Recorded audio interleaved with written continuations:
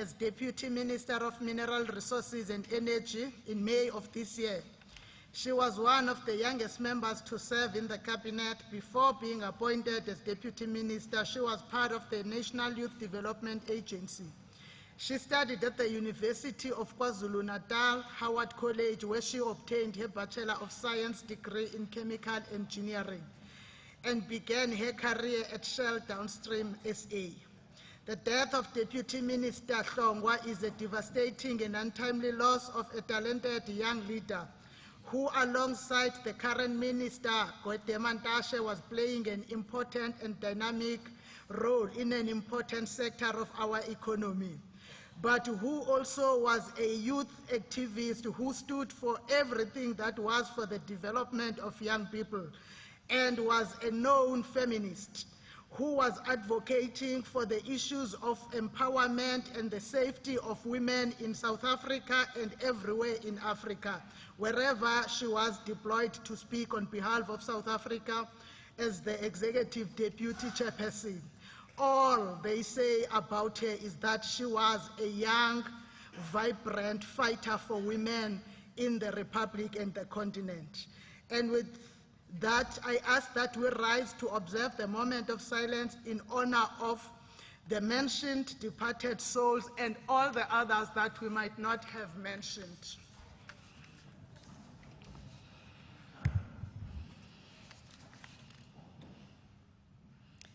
May their soul rest in peace.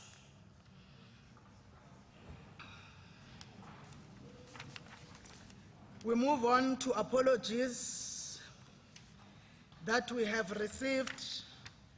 The first apology is that of the Honorable Deputy Speaker, who has tendered his apology for not attending today's sitting because of an engagement on behalf of the legislature. The Honorable Ms. Ndube Ncube, MEC for Economic Development, Tourism and Environmental Affairs, has tendered her apology for not attending today's sitting due to a government engagement. The Honorable Mr. R.R. Pillay, MEC for Finance, has tendered his apology for not attending today's sitting due to a meeting in Pretoria where he is representing the Premier. The Honorable Ms. N. Pinkonyeni, MEC for Public Works and Human Settlements, has tendered her apology due to a government engagement. Honorable Ms. N. M. Khoza, MEC for Social Development, has requested to leave early.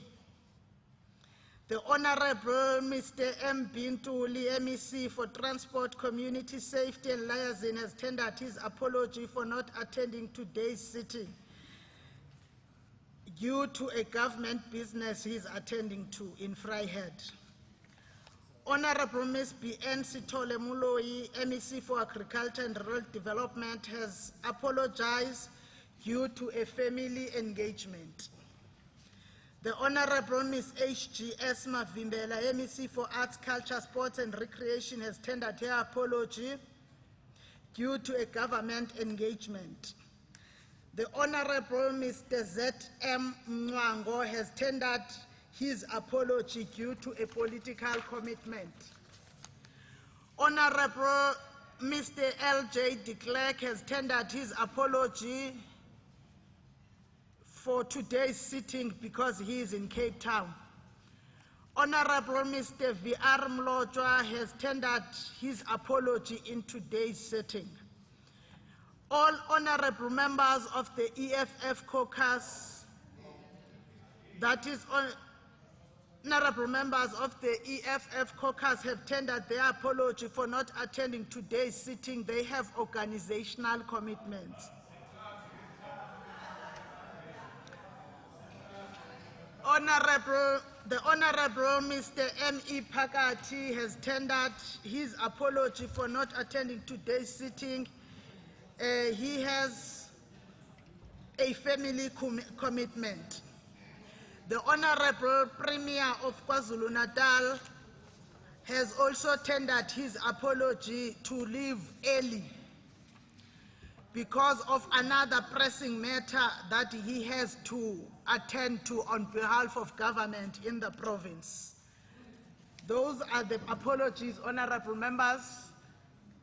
Honorable members, I also have great pleasure to introduce to you a new member who was sworn in on the 13th of September in the Speaker's office, who is coming to the ANC component to replace a member that has since resigned. The former member, T.M. Kaunda, who resigned, has now been replaced by a new member, Honorable Miss Lucy Doreen Ngubane. Honorable Ngubane, you are welcome to the legislature of Kwazulu Natal.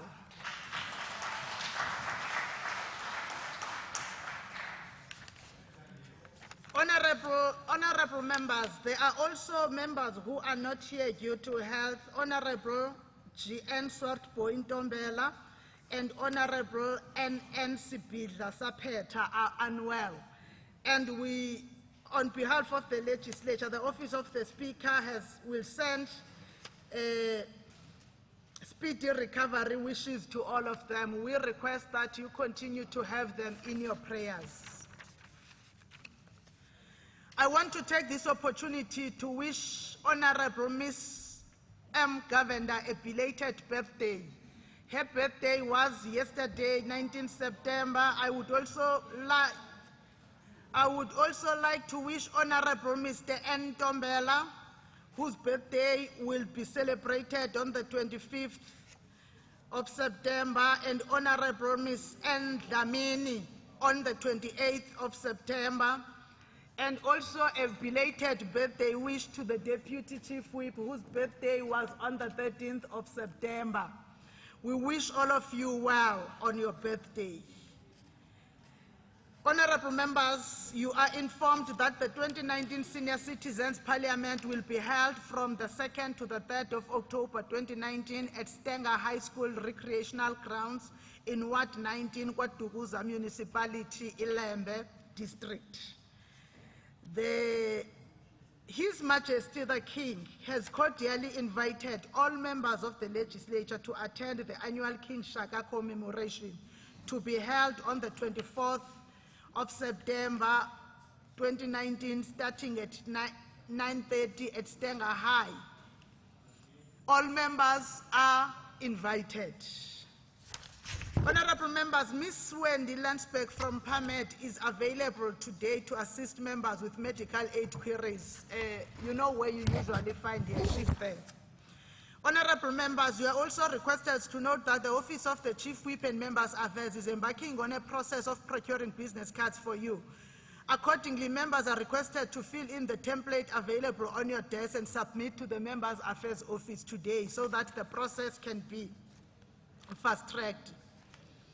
There is also a delay in the submission of the audit reports for the financial year ended 31 March 2019. The Office of the Speaker has received an update letter from the Office of the Auditor General on the delay in the submission of the reports for the financial year ended 31 March 2019.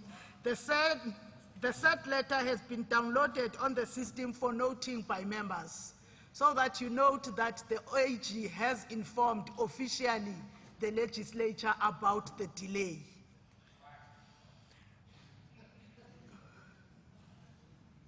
Honorable Rogers, you will have to tell the member that is asking. You sit in the Finance Committee. Maybe he thinks it's here, the delay is here. You will explain that outside. KwaZulu Natal, there are these tablings on the paper in the legislature today. The KwaZulu Natal Legislature Annual Report and KwaZulu Natal Annual Report and KwaZulu Natal Represented Political Parties Fund Report of 2018-2019. The Budget In-Year Monitoring Report for the month of August 2019.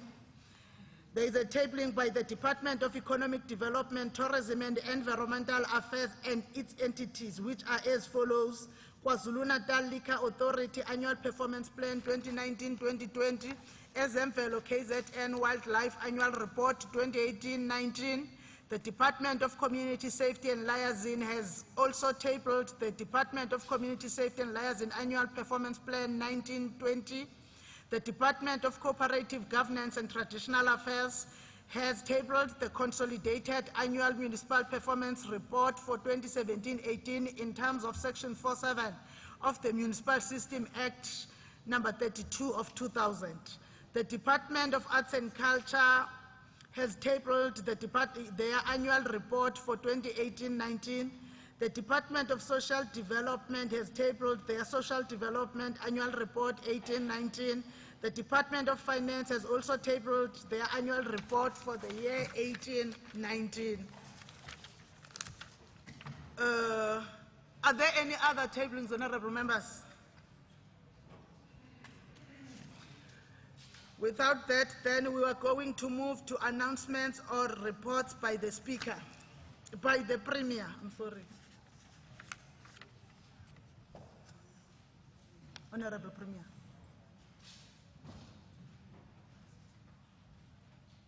Thank you, Honorable Speaker. Honorable members of this House, we request that, Honorable Speaker, you request the Honorable Mpepe to take his seat.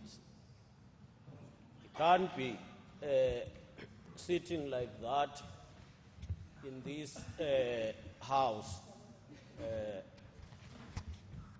Honorable Mpepe, in terms of the rules, you're not allowed to be standing in passages and what. So I did not see you because you were crouching. I am then correcting you, Mpepe, that you rather find a seat to be closer to be your leader.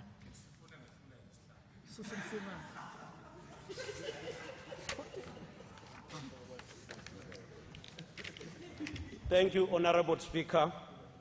Honorable Speaker, we wish to join you in expressing our condolences on the passing on of the former President of Zimbabwe, His Excellency, former President Mugabe.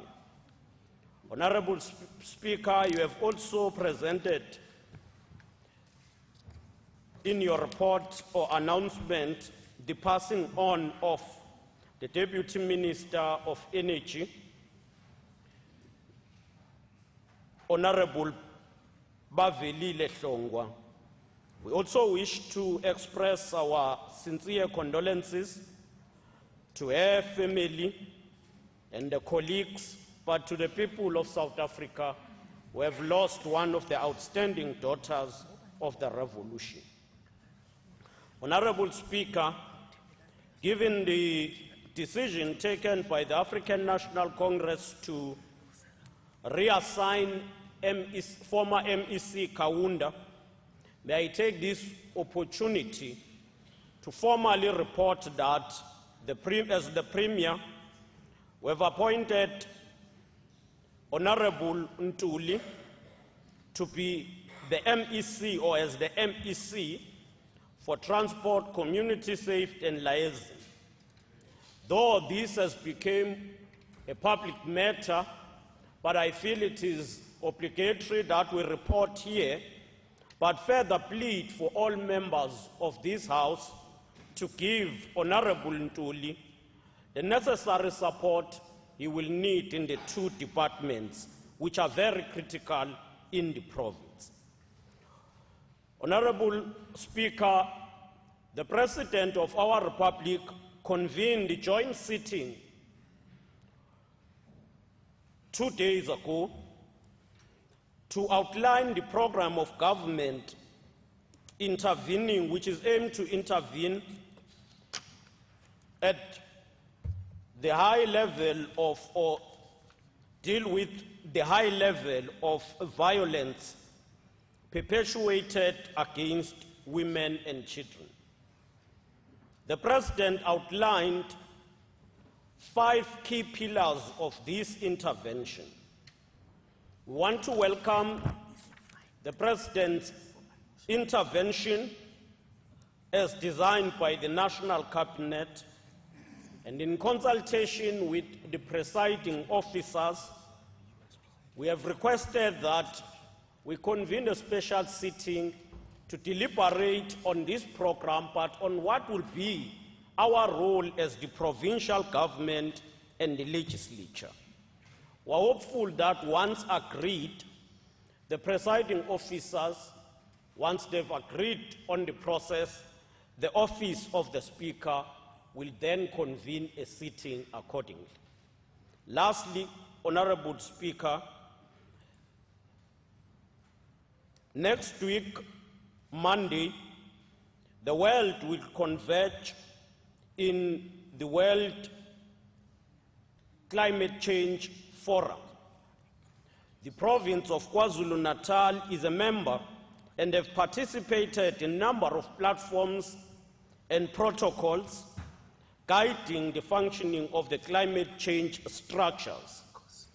The Executive Council has mandated Honorable MEC for Kokta to represent the province of KwaZulu Natal to this global forum, but we're further committed that as KwaZulu Natal will be part of convening the African leg that will later deal with the issues of climate change in Africa in line with the resolutions of the Climate Change Forum that is meeting from Monday. Honorable Speaker, those are few announcements that we have. I thank you.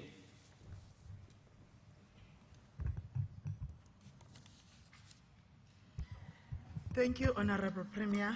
The orders of the day is to debate on the KZN NCOP oversight visit week to Bofana local municipality and Zululand district municipalities that took place on the 17th, 19th, and 20th of September, under the theme Building Sustainable, Responsive, and People-Centered Municipalities. So we are going to go straight to the debate. To start the debate, we are going to receive the report by the leader of the delegation on the KZN NCOP week oversight visit, Honorable E.M. Mthethwa, for 45 minutes. Oh, Honorable Rogers. Thank you, Madam Speaker. I rise in terms of Rule 142.2 and in terms of Rule 154.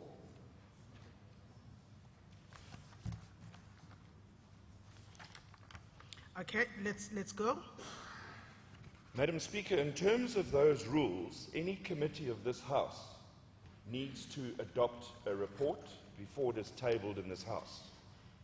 At last night's report back meeting, I raised the question, Honourable Mthethwa chaired the procedure, and I raised the question as to whether this morning's meeting that commenced at 8:30, whether in fact it was for all members of the committee or only for members of the NCOP. I was informed that it was only for members of the NCOP. Now that in itself raises a challenge, because in terms of our standing rules and orders, all political parties should form part of that committee and either adopt or reject the report. And parties who reject the report should then be given an opportunity to submit and attach to the report a minority's report. Now that process wasn't followed. So as far as I'm concerned, the report that we have in front of us has not been adopted by the committees and therefore is not available for debate. Thank you, Madam Speaker. I think that, honourable members, the issue of the report being adopted or not will have to be first, so that I make the proper ruling, clarified by the leader of the delegation of the NCOP whether they did adopt the report or not. But I also want us to consider the fact that it's an NCOP oversight week. And we will, when I am following up, also check with the office of the Chief Whip whether they have done what they also have to do. Honorable Mthethwa. Thank you, Speaker. Actually, this report is a report for the NCOP. The only structure that is going to adopt this report and debate it is the NCOP in the national chamber in Parliament. So all what we need to do here is to deliberate in the finding as we were doing the oversight, because we cannot take a report here straight to the NCOP without being deliberated in this House. It's not for this House to adopt it. The only House that is going to adopt the main report is the NCOP. That's why it said it's an NCOP program. Thank you, Chair. The reason, Honorable Rogers, may I come in first? The reason I said I will then check with the Chief Whip. The reason that I was saying that is because the NCOP report, and I clarified, I just emphasized that it's an NCOP report. The NCOP report has only started, I think in Kwazulu Natal, I don't know whether it's going to be the first time that we debate it prior that it gets.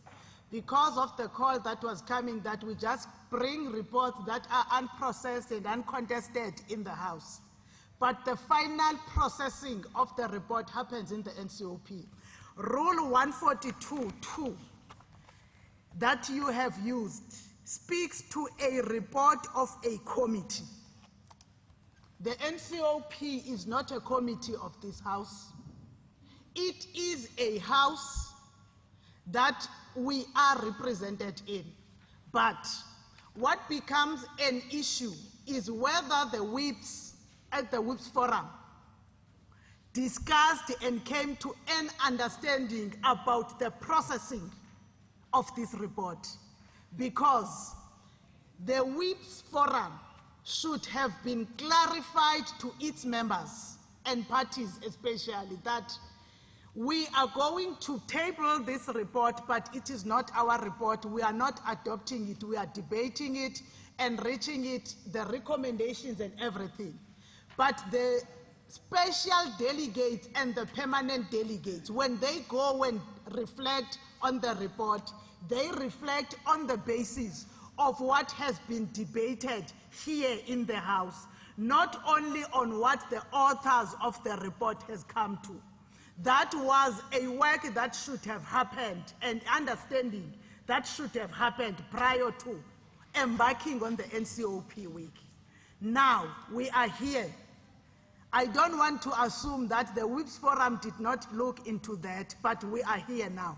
Can we get a way forward with the understanding that this is not our report to adopt? It's not ours to adopt. Kwazulu Natal cannot say we adopt and we bind ourselves on those recommendations per se. We are not going to implement them. It's the NCOP. But we have to speak to them because they belong to the NCOP. Before then, we come on how we agree on resolving that impasse that might have happened at the Whips Forum. May I give you, Honorable Rogers, an opportunity to speak on the matter as the one that raised it. I am not saying that the other whips do not have a concern, Honorable Whips, but I want to first request Honorable Rogers so that I come with a proposal on how we manage this as the Whips Forum. Honorable Rogers. Thanks, Madam Speaker. I respectfully disagree with your decision. And the reason I say that is because what then is the purpose of debating a report that has yet been adopted? It makes absolutely no sense. So in fact, what this legislature is now doing is it's forwarding a report to the NCOP that is perhaps not reflective of what this legislature believes is a true reflection. And if you take it furthermore, the NCOP delegates that were present this morning also did not adopt the report.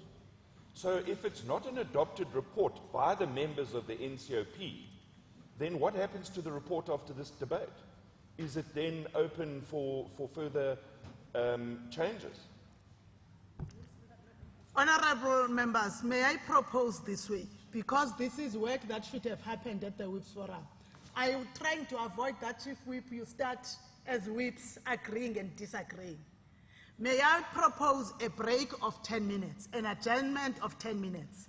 Request the Chief Whips and the leader of the delegation to quickly find themselves on the status of an NCOP report. The fact that Kwazulu Natal is debating or seeing this report for the first time does not remove the fact that other legislatures have been debating it already in the previous years through the NCOP Provincial Week.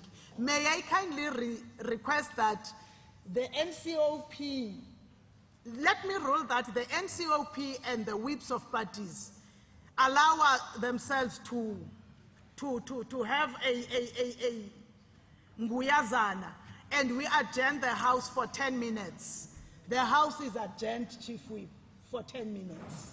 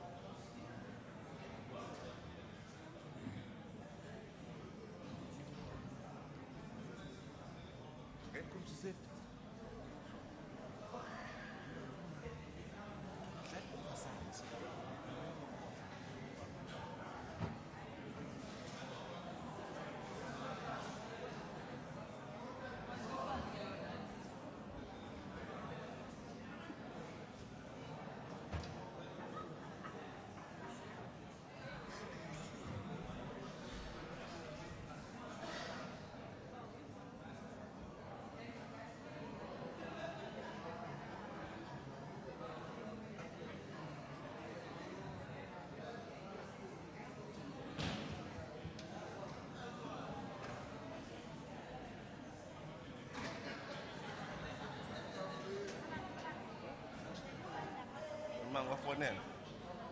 Sisibhedlela sathi. Sasindi. Sathabo.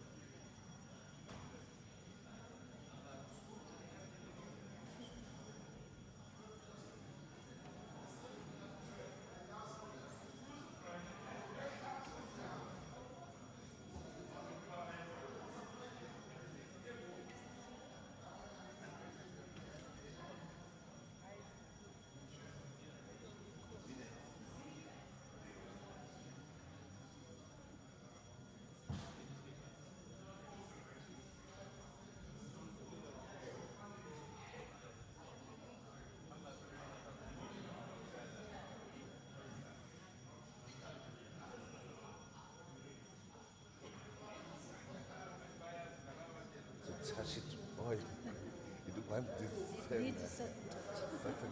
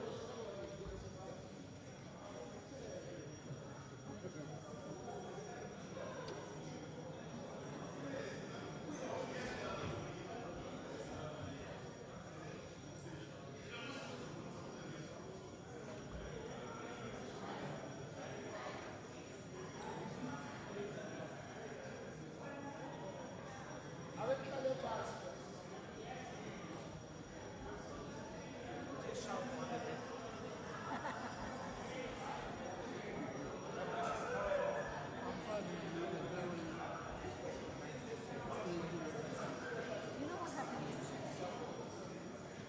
When I was coming out of this place, I missed the dentist. I missed the dentist. I was down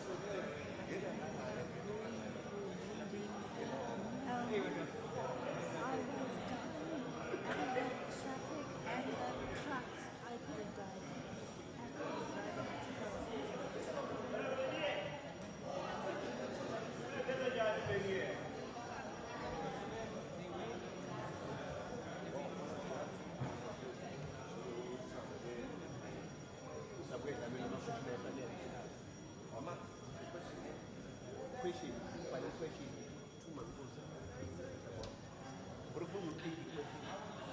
Kiki, Kiki.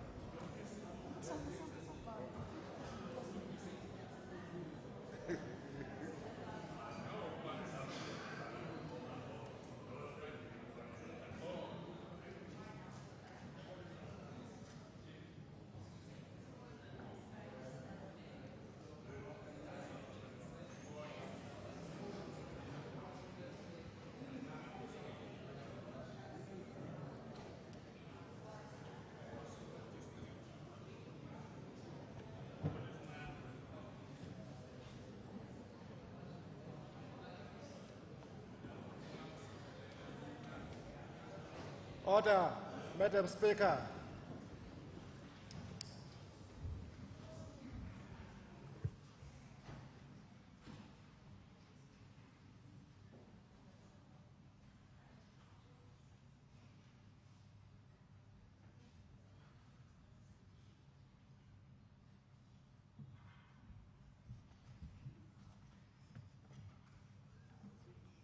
We may be seated.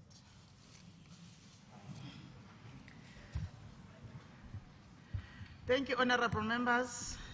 Earlier on, we have requested that there be an adjournment where the whips will come together and find a way of addressing what was raised. We are now going to give the chief whip to report and give us what they have agreed on terms of the process. Honorable Chief Whip. Thank you very much, Honorable Speaker. Indeed, we have met as the whips. We agreed that in terms of Rule 32(7), the Speaker will allow a non-member to address us and will debate his address. And the DA wanted that it should be recorded that they are not happy with the process, but they agreed to that we proceed as we are proposing right now. The other issue is that it will be important that the Rules Committee discuss and come up with a rule that will govern how do we deal with such processes, because it's the first time that we, in NCOP week, we come and debate. The debate is part of the process. Those are the issues that we agreed on. Thank you very much, Speaker. IFP agreement.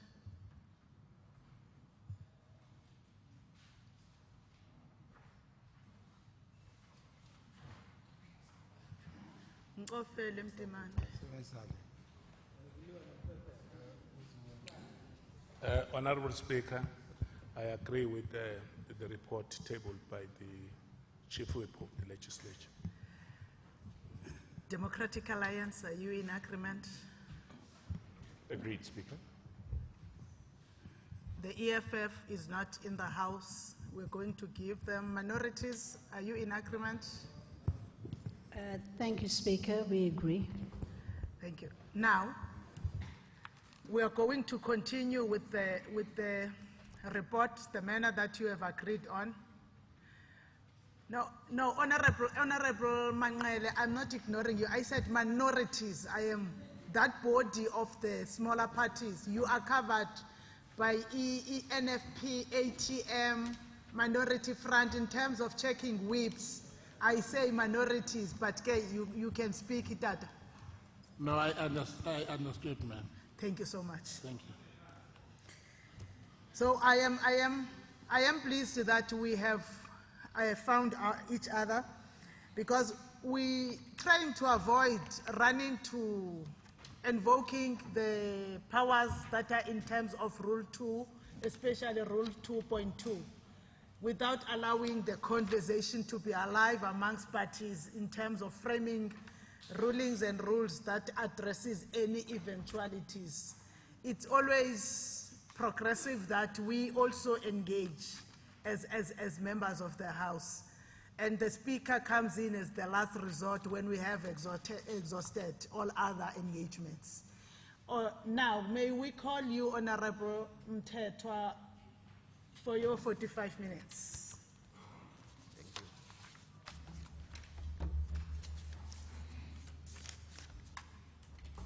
Honorable Speakers, Speaker, members of the Legislature, NCOP, members of the Executive, Molweni. I will be tabling a report of the NCOP oversight visit. Honorable Speaker, I will start on the first day when we arrived here, when we all gathered in Bofana municipality.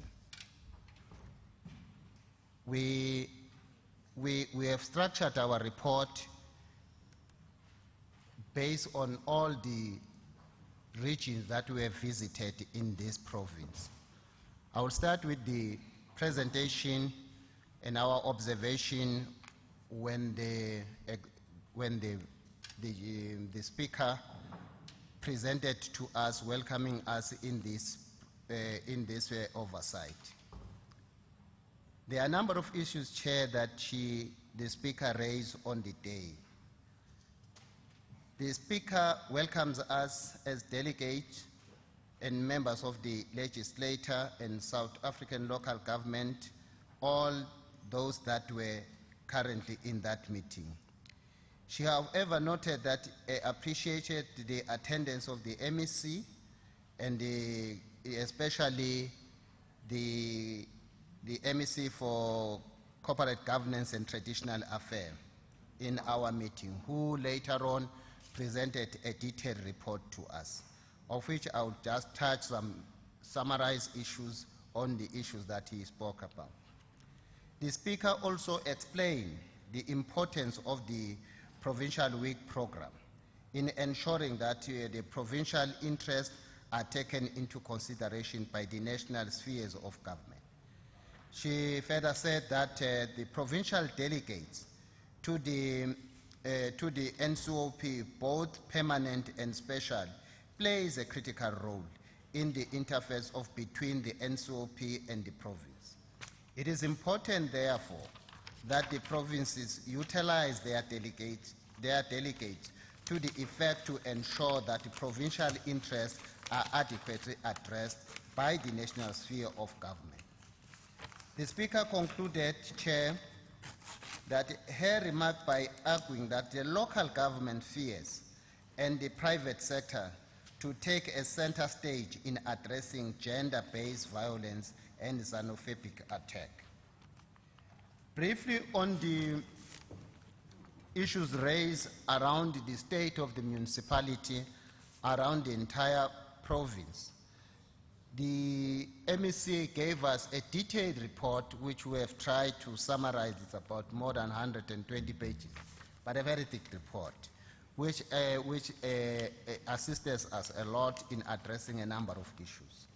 The MEC for Corporate Government Traditional briefed us as delegate on the state of the local assessment in the province. He highlighted among the following key issues. The first one, Chair, that was important, the political party tension within municipality, which result in poor political and administrative governance, ineffective oversight structures, and intergovernmental relations. He also highlighted the rates vacancies in key position impact on the administrative, especially the stability. Ineffective public participation and response to community complaints led to public discontent and protest. And fraud, corruption, the lack of consequences management in the municipality. The department acknowledged, though, that if the status quo remains, there was a higher likelihood that these challenges may escalate ahead of the next local government election. In terms of the finances, the MEC raised issues of financial health of the municipality was said to be compromised due to unfunded budget, irregular expenditure, increased levels of consumer debts, and other things. 10% of the municipality have challenges in paying ESCOM debts, water, and water boards. In overall, Chair, regression in audit outcomes has been seen in almost 90% of the municipalities in the region. Service delivery, the MEC raised the issues that there are a number of challenges. Among other those service delivery challenges is the underutilization of the infrastructure grant, the MIG, water service infrastructure grant, social infrastructure grant, and integrated national electrification program. Non-performance of capital project influenced by business, further discontent from the community members, poor management of and poor performance service provider, poor budgeting and spending on operational, lack of infrastructure, maintenance, technical and project management. These are the issues that he touches. And there were a number of them. And also the third municipality received an unqualified audit opinion. So you know that he also emphasized on the issues to say, other than to jump to section 139C, it's important that we must always find a way to use section 154, whereby with these municipalities are being governed and assisted in the implementation of their program. The way forward, when he concludes, among other issues, it says that it is imperative that municipality should analyze the government reports, expenditure, and budgets, and understand what the sector department plans implemented at the local municipal environment. Municipal should align their program with those government in the national and provincial level to achieve synergy, functional and coordination, integration and cooperation with government, and cooperation with all organs of the state across the three spheres of government.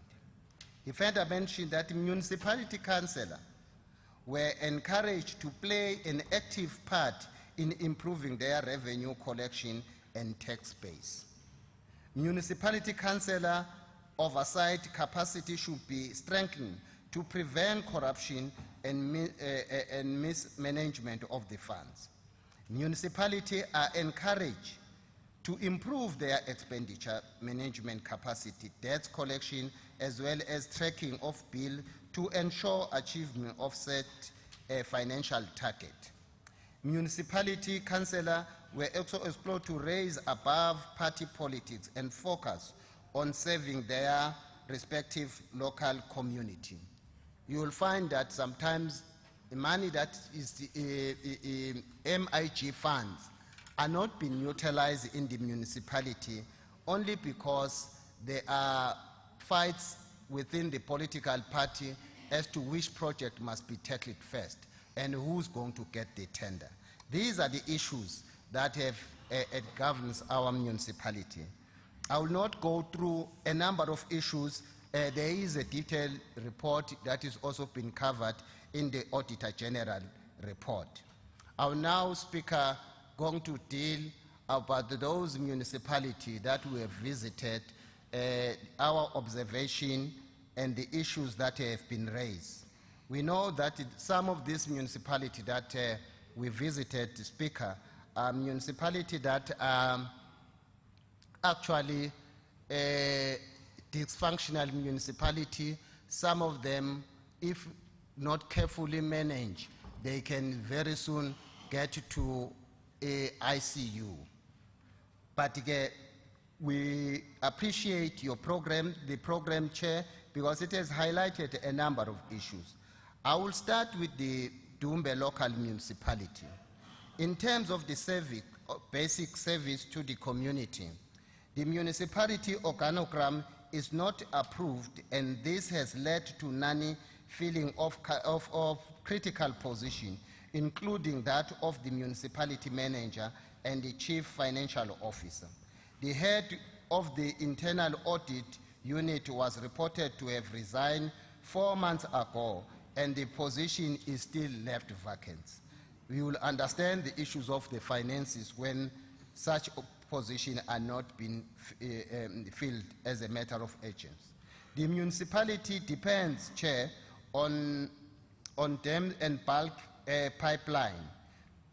Integrated National Electrification Program allocated for 2018-2019 financial year was around 13 million, Chair, and 15 million for 2019-2020 financial year. This was reported to be inadequate due to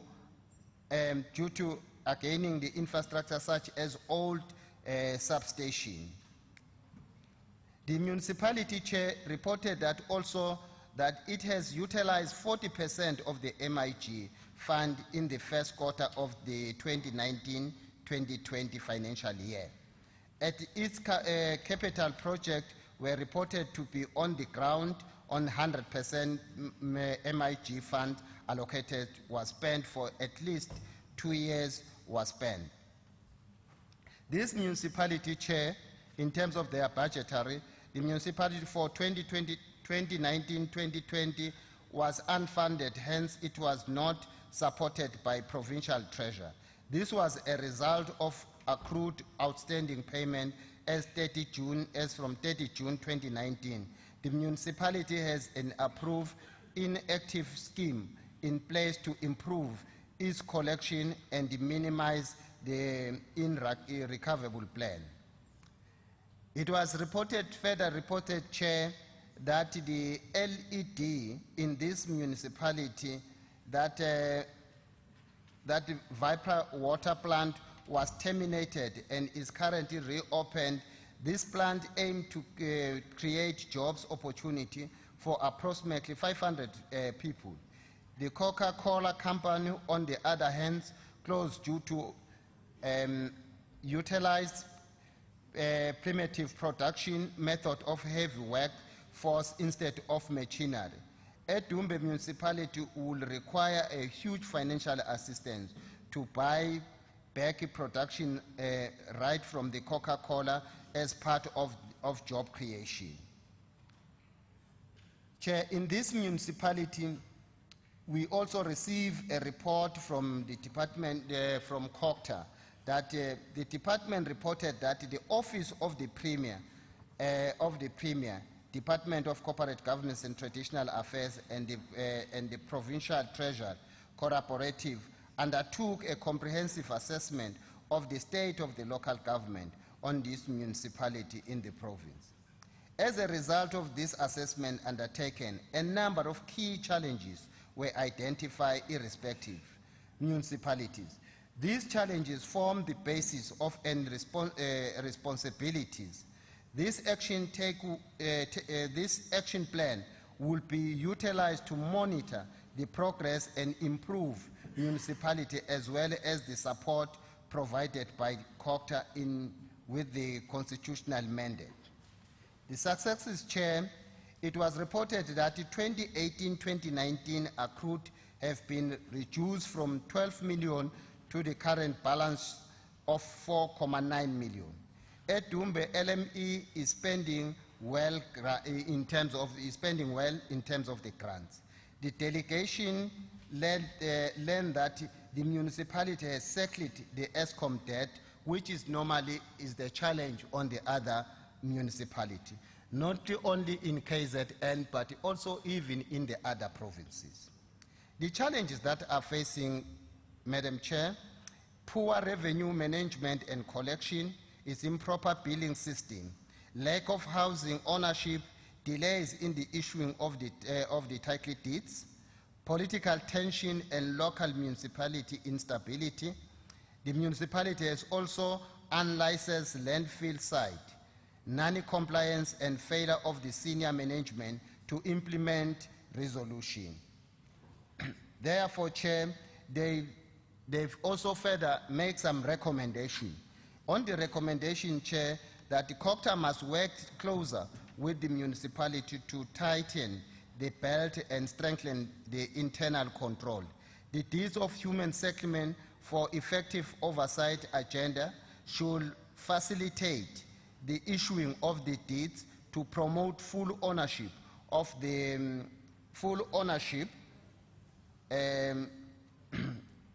I'm sorry, Chair. The Department of Human Settlement to effectively oversight agenda should facilitate the issuing of the title deeds to promote full ownership of the housing by the local community. Also submit to the NCOP the project plan with measurable timelines and budget. The delegation pleaded and encouraged the councillor to cease walking out of the meeting and rather strengthen the culture of the respect and reboost the debate and effective management.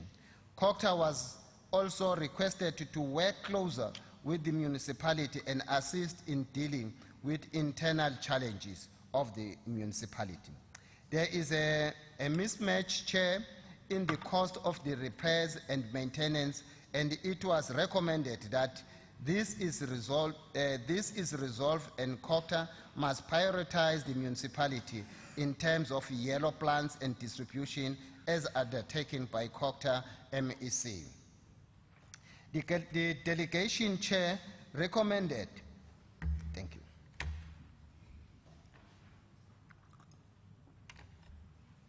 The delegation chair recommended that in order for the municipality to buy back the production right from the Coca-Cola, it must approach the Department of Economical Development and Tourism and Traditional Affairs and private companies. It was reported that there is no evidence of consequence management within the municipality. It was recommended that the municipality, together with the COCTA, needs to strengthen and consequence management and ensure that people committed crime taken full responsibility. The delegation noted with great concern that the post of the CFO and the MM vacant, and as well as much as recommended that the municipality must fast track the processing on filling this crucial position. They concluded, Chair, the delegation there that the Department of COCTA reported that the municipality has worked very well to improve its financial management system. It will be the issue of the control that need to be tightened a little bit. Chair, when you come to Ulundi, there are a number of things, Chair, that are also almost similar to Edumbe, but also there is a report of the LMD, LED, that the local economic development within the service area or area of Ulundi municipality consists of 3 primary initiatives, namely the agriculture, Chair, and the business and tourism. Agriculture and the tourism have in particular been identified as a sector within the potential to be beneficiary development in order to uplift the community within the municipality. A business attraction and retention strategy has been developed to attract the investor to Ulundi, Chair. The credible LED strategy and the tourist strategy are in place. There are issues of revenue collection rates, which also, Chair, is reported as not inadequate. The state of governments in that municipality is good. The political and administrative interfaces is also good. There is a poor, even though there is a poor record keeping and filing of ward committee information. Out of 24 wards, only 14 have community development workers, CDWS. This National Development of Public Works is responsible for the rates payers for all provincial properties. The municipality is one of the top grant spending municipality in the Zululand area. I will jump, Chair, to the observation and the recommendation of Ulundi. The committee there, Chair, also noted that with concern that notwithstanding the irregular as well as the fruitless and wasteful expenditure incurred by the municipality, not even one official was held liable for such material irregularities, Ulundi, that is one of our major concerns. Lack of time frame or correctional of measures, liability excess and assets, and the municipalities is unable to pay its own creditors. The political representatives should exercise oversight on the municipality by means of site visit and verification of what is the report against that which is on the ground. The cash coverage of the municipality was reported to be at 0, Chair, which means that the municipality is particularly bankrupt. COCTA bilateral committee is not sufficient, as the municipality has been interdicted 3 times, even when it in the court order were served to owing department, nothing has been received up to date. The municipality chair must comply and comprehensively list of all irregular and wasteful expenditure and submit it to the KZN legislator and the NCOP within 30 days after the adoption of this report.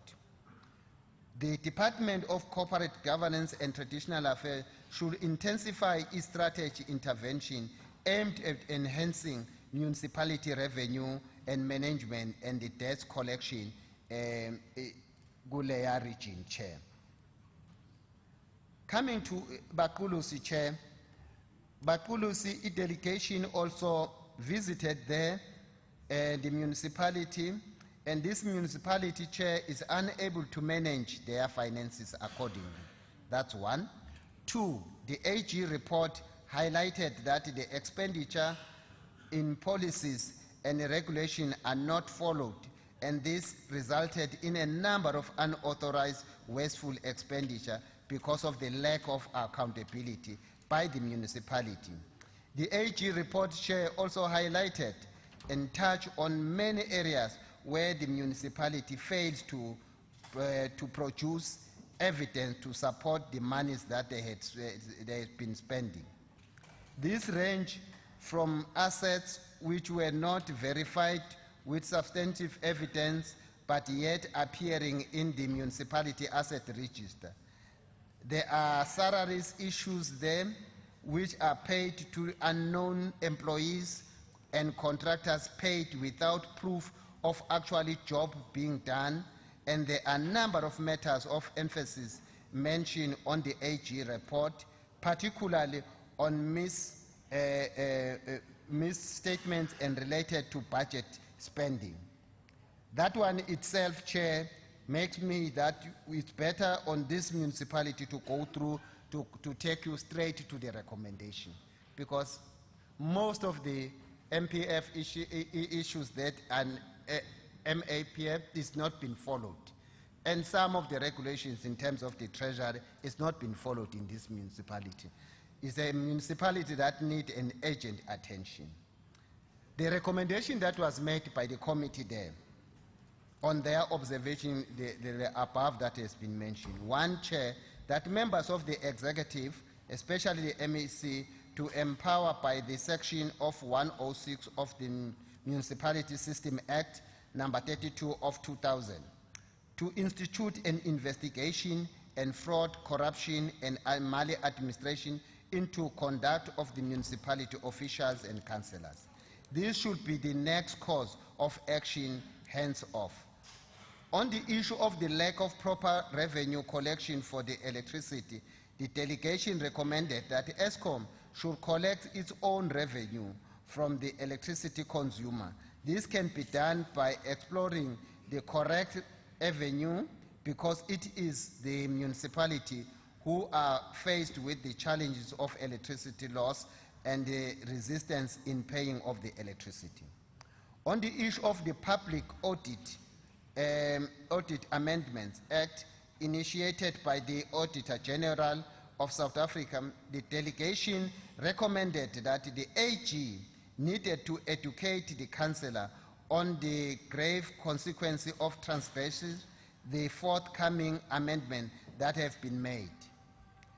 On the issue of the party politics causing the paralysis of the government in the municipality and the adversary records of the service delivery, the delegation recommended, Chair, that all the political parties represented in the council should write a report outlining their perspective on the state of the affairs in the municipality.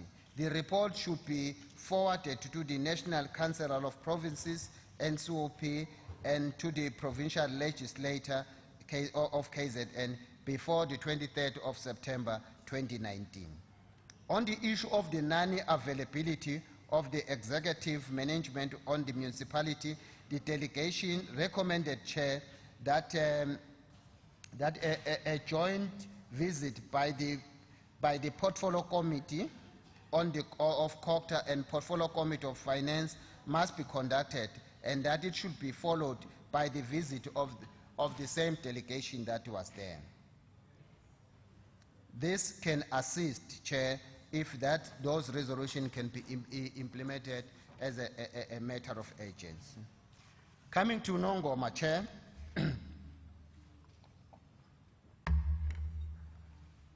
Nongoma, Chair, is one of the poorest municipalities in the province.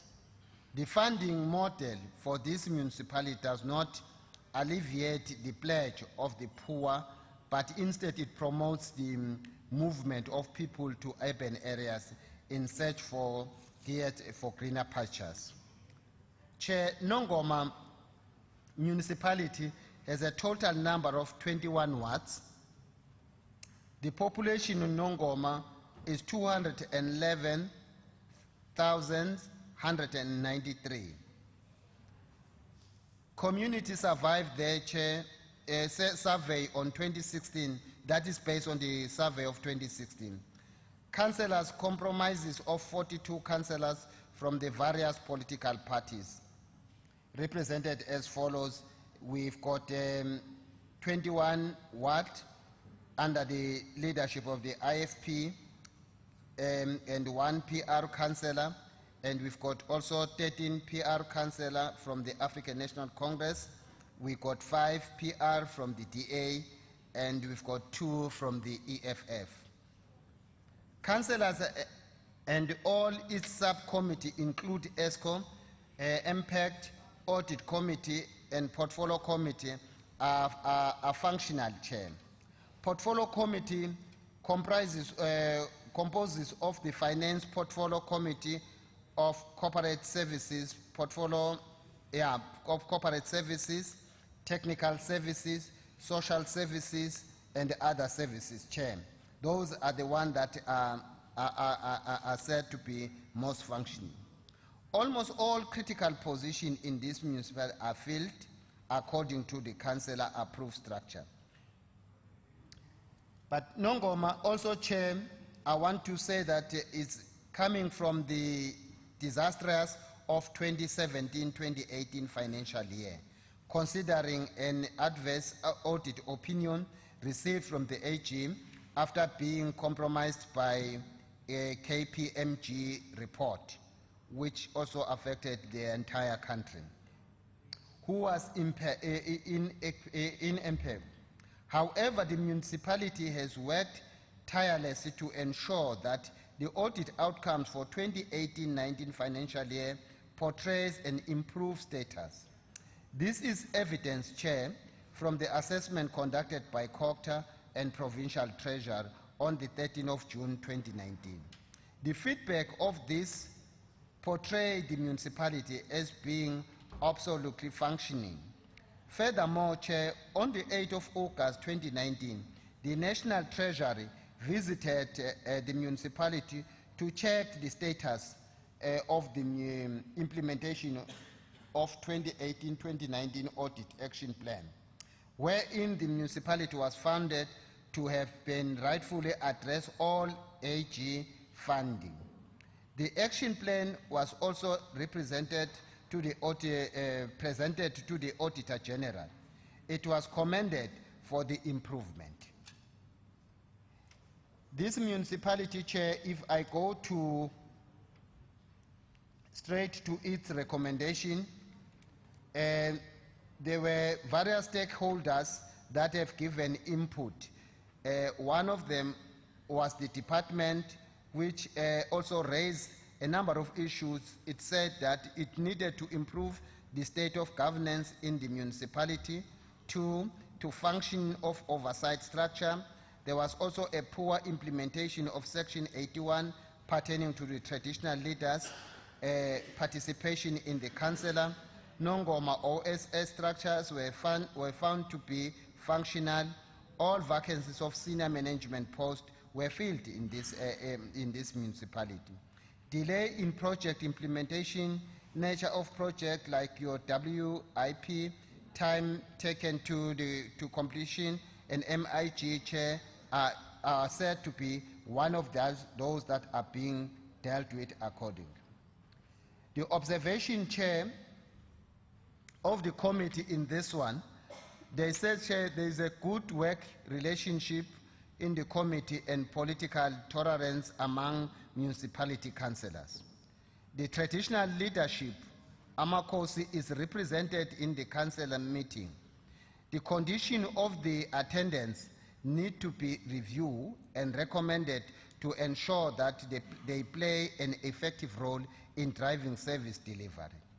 The municipality chair cash coverage and financial status improved following the implementation of the turnaround strategy as recommended by the AG and the COCTA.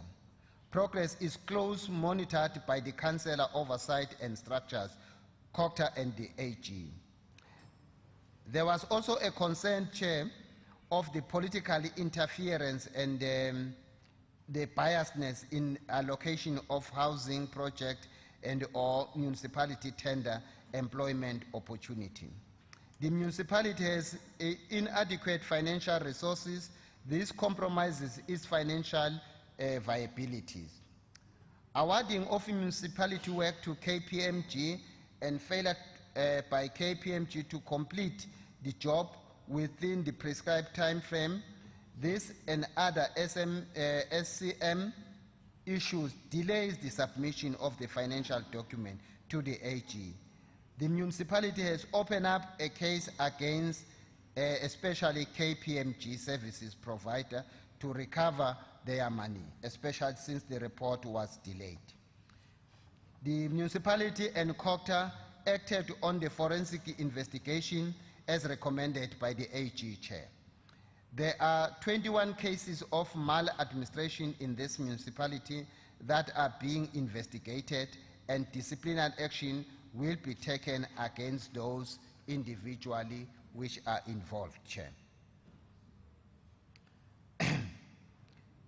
The success of this municipality, Chair, there is a political stability in Nongoma, as I've alluded in it.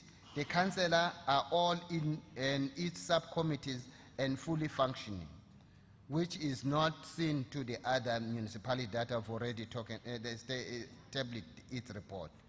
Nongoma municipality operated and complied with all legislative applicable to the municipality. For example, Chair, the budget and the review of the IDP for 2019-2020 was adopted by the Council on the time of the annual financial statement. Annual performance report and draft annual report for 2018-2019 were adopted by the Council and submitted to the AG on the 30th of August 2019 as per the provision of the MFMA. Council commissioned an internal investigation on issues of corruption and maladministration. The investigation was finalized, Chair, and the report was tabled to the Councillor. Recommendations are being implemented in this municipality. The MEC for COCTA also commissioned a forensic investigation. The investigation was finalized, Chair, and the report was tabled to the Councillor. Recommendations are being implemented. Challenges that the municipality may be highlighted, that was as an observation of the committee. The municipality does not have an electrical engineer, and as a result, this municipality is struggling to monitor electricity or electrical projects. Nongoma LME does not have electricity distribution license. Appointment of Section 56 and Section 57 managers on contract basis. Municipality System of Act 2000, Act number 32 of 2000. Non-provision for salaries or progression and the regulation for cost containment. Poor spending, Chair, of the conditional grant which had to be surrendered resulted to the project implementation getting delayed. Project allocation is politically biased. The municipality does not have enough officer space, and there is no council chamber. Government debts, government department owe the municipality around about 71 million. The revenue collection bill is difficult on government properties. Human resources issues, appointment of Section 56 and Section 57 on the contract basis impede on services delivery, provision for salary progression and regulation for cost containment. Social, economic and challenge highlighted the rate of unemployment and poverty in the area and the issue of shortage of water. Recommendation, Chair, for this municipality. It was recommended, Chair, that the municipality must meet the constitutional objectives and other legislative mandate to ensure improvement in financial visibility, management audit outcomes and delivery of basic service while government ethically and transparently. Intensifying and sustainable support must be provided to this municipality. Participation and role player by the traditional council in the municipality council meeting need to be reviewed, and actually it needs a lot of improvement.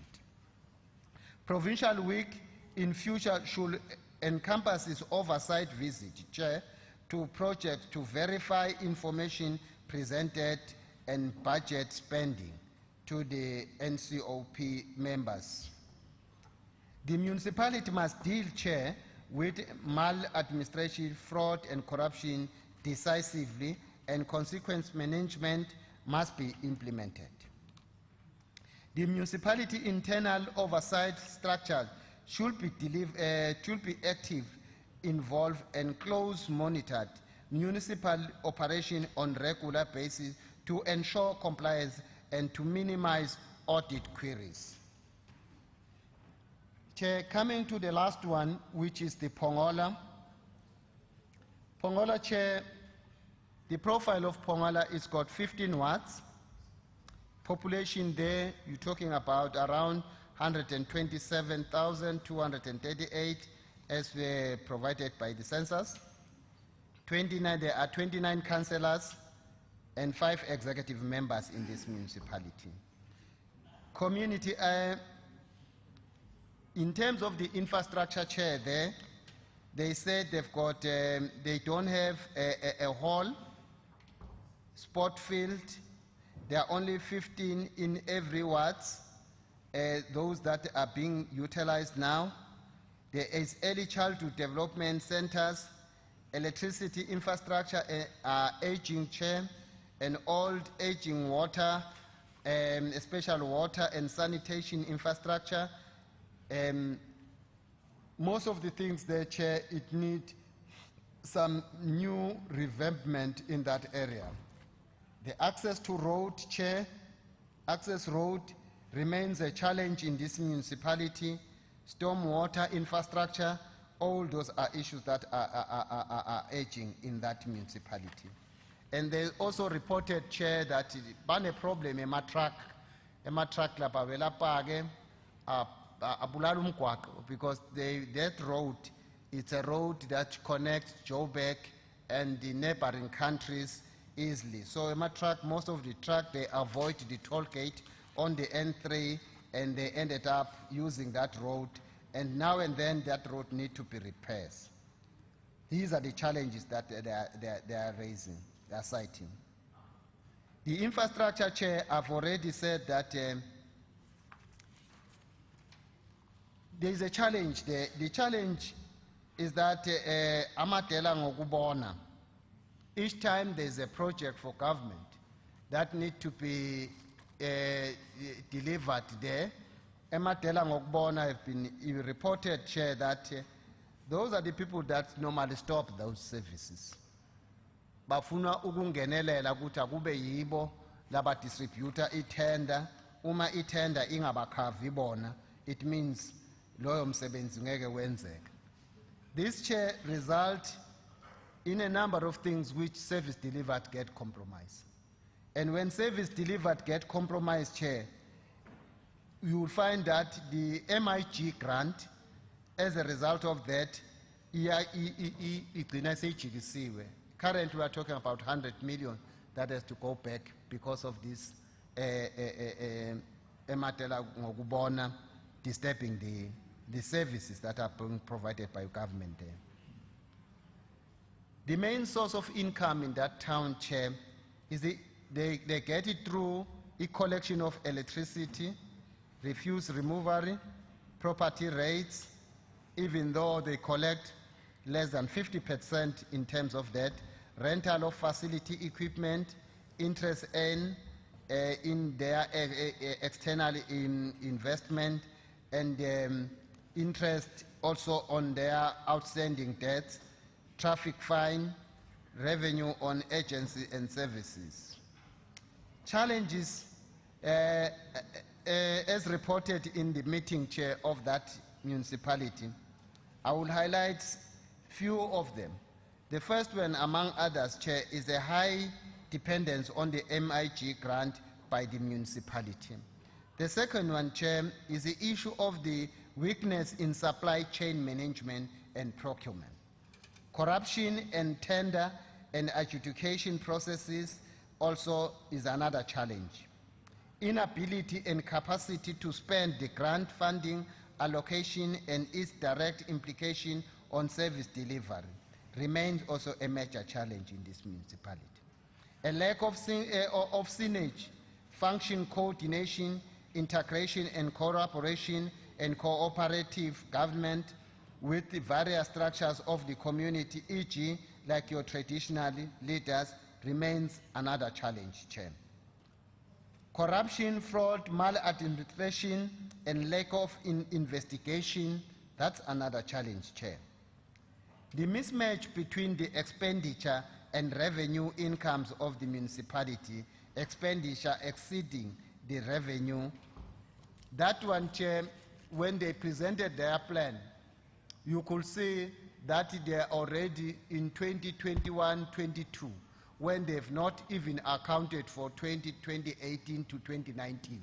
So you can see that this issue of not having a financially person that focuses in finances there, it makes all this mismatch in terms of the financial reporting. It was not inappropriate, Chair. We ended up not confused in that meeting. The approval of non-funded budget, it becomes the order of the day in that municipality. Lack of alignment and roles and responsibility, as well as functioning coordination between national and local spheres of government, you could say that they need some thorough training when it comes to that. The lack of coordination of service delivery implementation by 3 spheres of government, e.g. a clinic without electricity and water and access road, also remains the order of the day that needs an urgent attention for this House to deal with it in that municipality, for it to survive. The high rates of crime that prohibit service delivery, the local municipality SAPS crime preventing improvement. They also further reported, Chair, that the region is vast. There are areas where people need to spend plus minus 100 rand or more just to go and report a case. That result as that caused them a challenge. They therefore request that if they can have at least to have a mobile police station, this can assist them a lot. Recommendation, Chair, it's recommended that the National Council of Provinces. Your time is up, but we can take from your time for responding if you are going to be wrapping up. Okay, Chair. Okay. Maybe let me conclude, Chair. I'll take 2 minutes of my time. That the province, the NCOP and the province should lay emphasis on the implementation of Section 54, when I started, I've raised it, of the Constitution that deals with the hands-on support to the municipality. Whenever there's whenever a province is compliant with the provision of Section 154 of the Constitution, it can be able to ensure early detection of warning signs and address problems. For example, Chair, providing training and capacity building in the event of skill shortage, it must equally provide a portfolio of evidence of its support to the municipality before invoking Section 139B that lead to Section 139C. The Constitution Chair, which is a measure of our last resort, these measures is intended to improve the governmental cooperation as per our mandate as deployed in the NCOP. I thank you, Chairperson.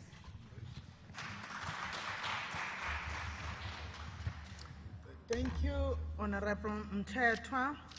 Now, to start the debate, we will have for the ANC, Honorable S. Nkosi for 7 minutes. Thank you very much, Honorable Speaker. ANC appreciated the visit to Mpofane and Zululand district constituent municipalities. What was impressive was the comprehensive assessment undertaken by COCTA and the Provincial Treasury, which followed the 2019 SOPA announcement by the Premier of Kwazulu Natal.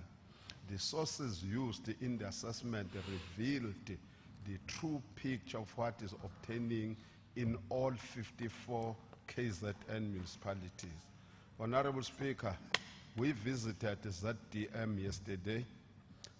We received a report from COCTA, and that report appeared very much balanced and objective.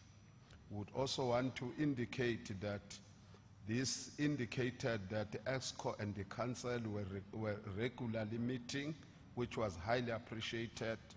Eyebrows were raised when the political interference was mentioned, as well as the insubordination by some of the junior officials.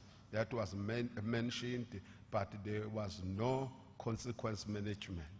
Our delegation strongly advised the to workshop his staff on consequence management as soon as possible, and thereafter act against errant officials.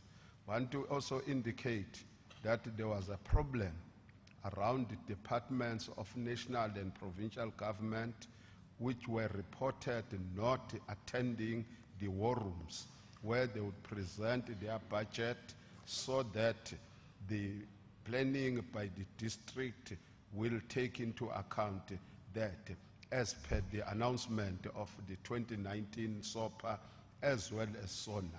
Want also, Honorable Speaker, to indicate that we discovered that ZDM is grant reliant.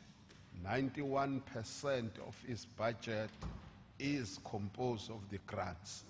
That district, this is what we discovered with appreciation, that it was doing exceptionally well in the EPWP grant, where it was increased from 5 million to now 8.8 million. But what was concerning to some of us was that this district municipality was planning for the deficit. This is what was a major concern. Then we were also concerned about the report that in the SCM, there was only one person meeting the appointment requirements, which is the manager. The rest was not. And we are convinced that this is why there are issues in procurement in that municipality. Then we also discovered that the municipality is failing to spend the CAPEX budget. That's why then over 27 million was reported to have gone back to the National Revenue Fund. Honorable Speaker, over and above all these challenges, maladministration, fraud and corruption were reported. We were told that there were 2 investigations that were going on, facilitated by COCTA. This is what we got. We understood that the mayor did not understand, but the official from COCTA clarified the matter for us to understand. You know, when you talk about the MFMA Section 106 investigation, a serious investigation, and have to be undertaken. Honorable Speaker, I want to indicate that the district mayor painted a picture that Edumbe municipality was favored by COGTA. But when then we raise issues around that one, the COGTA official was very clear to indicate that the interventions that took place in Edumbe were as a result of the leadership of that particular council, more specifically around the question of revenue enhancement. That's why then we had the report about the payment of the ESCOM bill. It flowed from that intervention. Honorable Speaker, we noted that the mayor was aggrieved about not getting 2 responses for the letters they wrote to COGTA and the failure of COGTA to allocate the yellow plant. And want to indicate that we committed ourselves that we're going to relate those issues to COGTA, which we did. But what crowned everything to paint the bad picture about that district municipality was the report that was presented by AG. We want to indicate that that report is damning and it shows the total collapse of systems in that municipality. They got the qualified audit opinion in 1718. There were no internal controls to our shock. Then this municipality had incurred the irregular expenditure of more than 122 million and the fruitless and wasteful expenditure of 330,000 rand. But what was disturbing to me in particular was that the accounting officer was not investigating so that they hold responsible those officials. It is on the basis that whenever the MEC for Finance tables the Section 71 reports, we as the Finance Portfolio Committee would want to engage with the municipality that is found to be having challenges around that area. Honorable Speaker, I conclude by saying that local government must be the business for all of us due to its closeness to our people. Failure to provide water, sanitation, and other services to our people may lead to violent service delivery protest. This is what we have to manage. So Honorable Speaker, thank you very much. This is the picture that arose out of the engagement in that particular district. Thank you very much. Thank you, Honorable Member. The next member is from the IFP, Honorable P.N. Msimango for 6 minutes. Thank you, Honorable Speaker. The IFP believes in good governance, and that is why it commends and fully supported the NSOP decision to conduct oversight visit on the Moimpofana and Zululand district municipalities respectively. We commend this because good governance means that support must be provided to the municipalities irrespective of which party governs those municipalities. The National Council of Provinces is mandated by the Section 139 2C to review intervention regularly and may make any prohibited recommendation to the Provincial Council while the intervention continues. Although we commend such initiatives, but as an IFP we notice the motives of the ruling party to only focus on the IFP-led municipalities. This is strange. This is a strategy to ensure that the IFP-led municipalities are seen as dysfunctionally, thereafter place them under administration.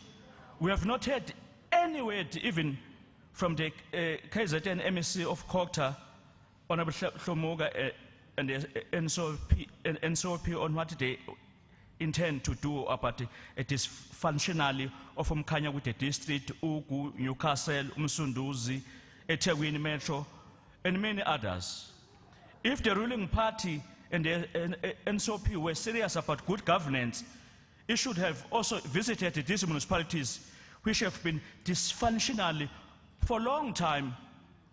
Umsunduzi and eThekwini should have been placed on the top of the list, given the importance of this economy of this province.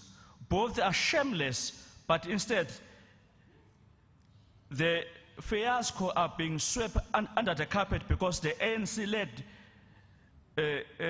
because they are the ANC-led. Honour Speaker, we challenge the NSOP to visit these municipalities as a matter of urgency. The Peripheral Committee for Agriculture and Land Reform, led by example, by conducting oversight to all municipalities regardless of political leadership, is undertook and oversight visit to our district, Umkhanyakude, Zululand, Umzinyati, and Umgungundlovu district municipality from 26 to 30 August 2019. During the meeting of the Zululand district municipality, I was very pleased to note that the Zululand district municipality is top performer among other municipalities in Kwazulu Natal. It has expelled in the implementation of the expanded public works program, which has created jobs for local communities and spending the municipality infrastructure grant MIG. Above that, the Zululand district municipalities has 34 million rand investment, and it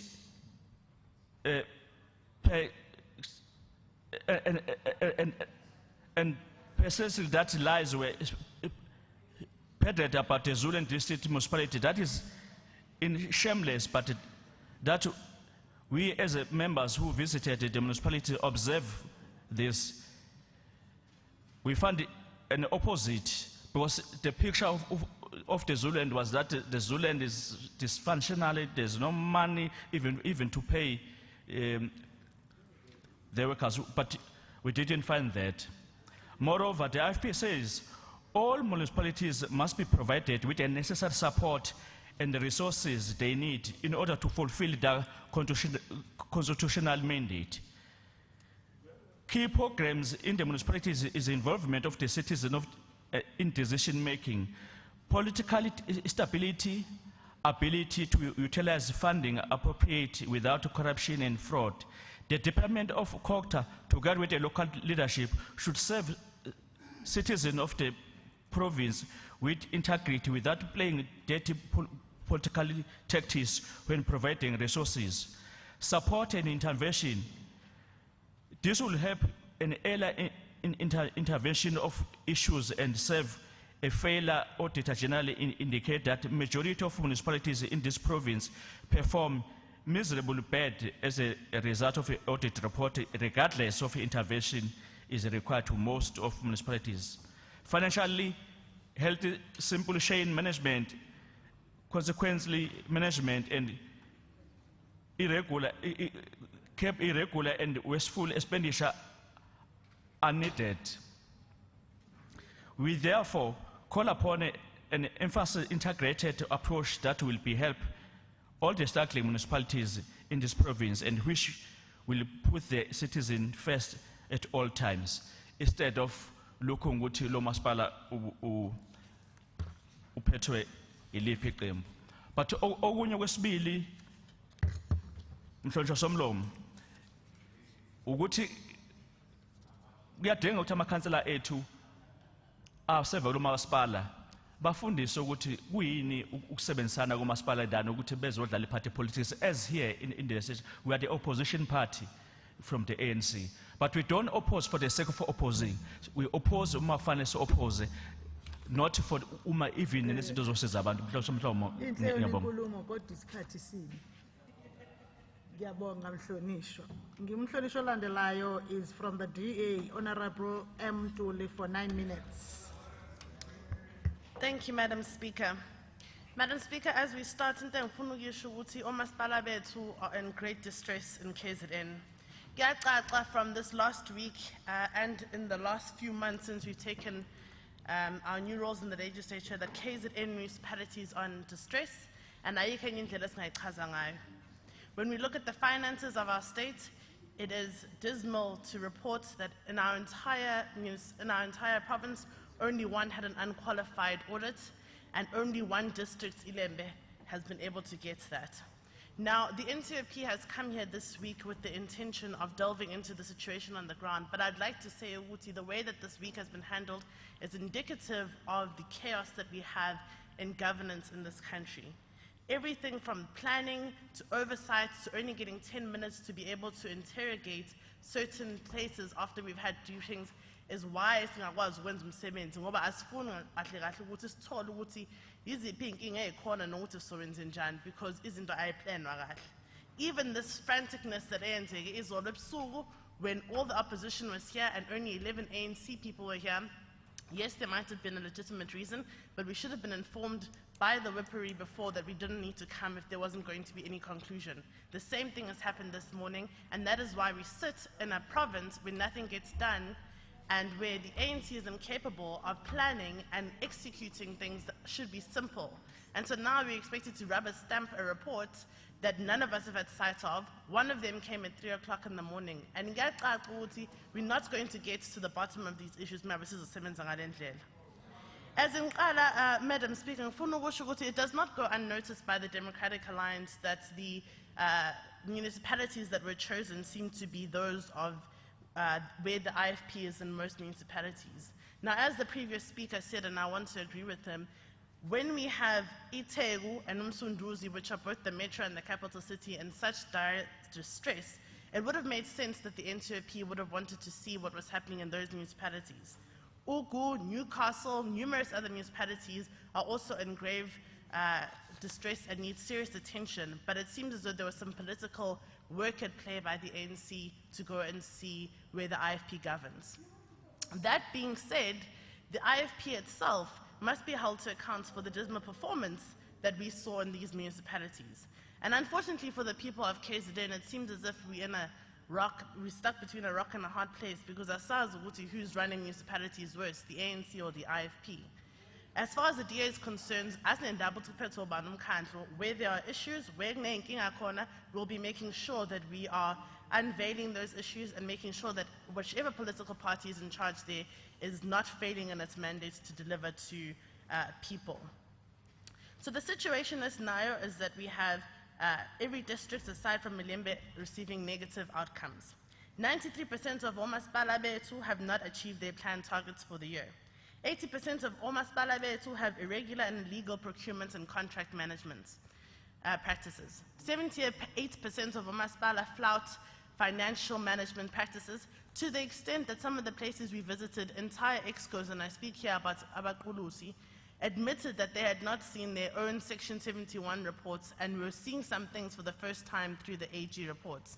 This is an indictment on Kokta, it's an indictment on the leadership of that municipality, and it's an indictment on Salga because clearly some councillors don't know what they're doing and they've just been put there.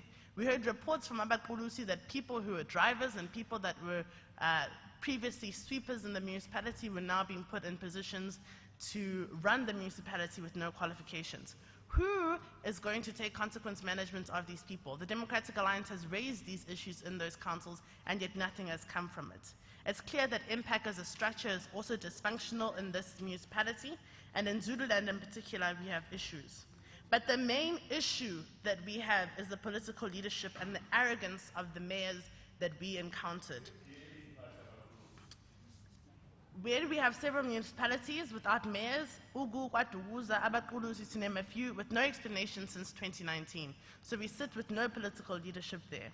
The ANC redeployment process has given us the same rotten apples that left Msunduzi on their knees, and those same councillors have now been promoted to a speaker in EXCO, Councillor Ngubo. Councillor Zuma, who was a deputy mayor, is now an impact chairperson at the district. Councillor Msimanga is now the EXCO member in the district, which means that this district is going to fall on its knees just as Msunduzi did. In Pongola, we have a mayor, deputy mayor, and speaker who are all using municipal cars without permission. The mayor of Pongola has spent 44,253 in the last 3 months, and in July spent 15,000 rand on petrol, which would have meant that she was driving 250 kilometers a day, which is clearly not possible. the deputy mayor 29,000, and the speaker 26,000. Just the leadership alone in that municipality is using money that they shouldn't be. And despite questions, there's been no consequence management, there's been no investigations, and that is what the DA is going to be calling for. In Abaqulusi, to our shock, we were even addressed by an ANC leader who is currently under investigation for trying to bribe a DA councillor. This has not been condemned by the ANC, and instead this person remains in a position of leadership in that municipality. When it comes to the finances of the Zululand district, they are all in the toilet. Every single municipality does not have enough cash on hand to operate for more than 6 days, never mind 3 months, which would have been financially prudent. Abaqulusi has so much credit that they are running at an operational loss and basebenzisa ama-grant to run operations, which is illegal. What is COCTA and the MEC going to do about this? If you look at the closing balances of Bonko Masipala, aside from Edumbe, none of them seem to reconcile with the cash equivalent. Cash, but investigation, cash is not in their accounts. But nobody is saying anything about this. Abaqulusi has been in a deficit for 3 years in a row, and every single municipality in Zululand is flouting procedures of the MFMA. There is no consequence, and none of these Zululand municipalities even have the ability to collect their own revenue. Zululand are basically sitting with leadership, and then we wonder why there is no service delivery in this district. There are no reporting frameworks, and there is no way to improve decision making. And despite the Auditor General having shown that this has been happening for years, asiboni lutho ephuma COCTA and asiboni lutho ephuma kwamaqembu aphethe. So singathanda ukuthi NCOP mengabe sibuya siyenza ireport yakhe be-report lento. Ningabe mistaken, iDA ayiphethe ndawo. We've lent our votes to people. We have lent our votes to people, and we have disagreed with people. But the fact of the matter is, the DA is in a very difficult position because both the ANC and the IFP are not able to do it. The ANC is the most corrupt party in South Africa, is the most corrupt party in the KZN, and so we have voted on conscience when we agree with the IFP, and when we do not, we have not done so. And we will not be lectured to by the ANC, which is the last party to speak about any kind of... Honorable members, ningamgqumi umhlonishwa. Simzwe. Speaking ngakhathazeki bayazi ukuthi yabashisa ngoba iqiniso ukuthi banokukhohlakali and bayahluleka ukuthi bekhuzane because niyazi ukuthi abantu beni bayatshontsha, niyazi ukuthi anikwazi ukuthi nikhuzane. So the DA will be calling for political interference by all governing parties to stop in municipalities. We ask that the ANC and the IFP stop frustrating each other by breaking quorum in crucial meetings, such as passing the budget or electing mayors. We're asking for an investigation into grant money that is spent illegally by Labo Masipala for operational expenses when it's not allowed to.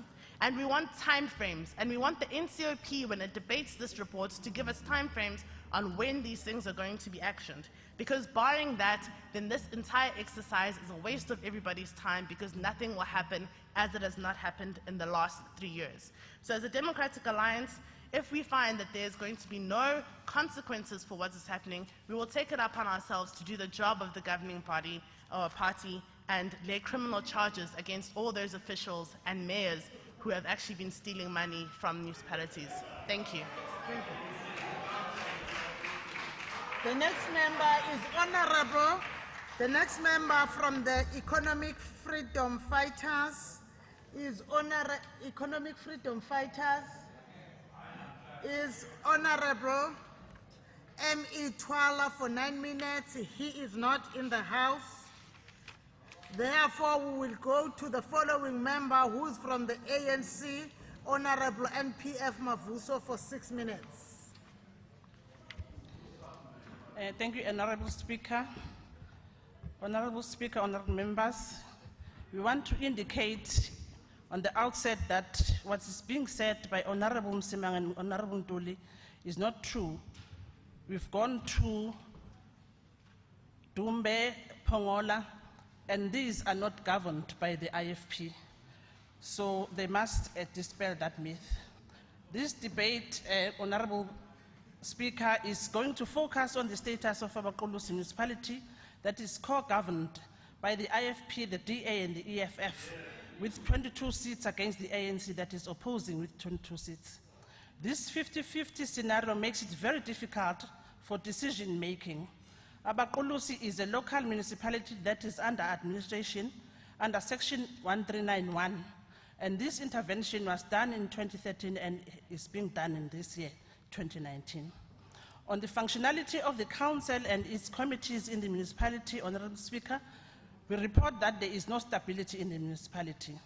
A lot of political interference takes place with the councillors not fulfilling their mandates of ensuring that service delivery goes to Abaqulusi communities. Ordinary council meetings are convened and get cancelled and or postponed at the 11th hour by the Speaker without the consideration of the Act and other relevant processes, resulting on the reliance on special sittings that have no motions as items. The element of trust amongst the councillors is broken down to an extent that each is protecting his or her political affiliation at the expense of service delivery to our people. Some council meetings do not correlate, resulting in the council not being able to take decisions and costing the municipality thousands of rands. Umuntu nomuntu uzoyibuza somlomo ukuthi ibuphi upholo kulomkhandlu lapho imithetho kumele iqinisekise ukuthi iyalandelwa.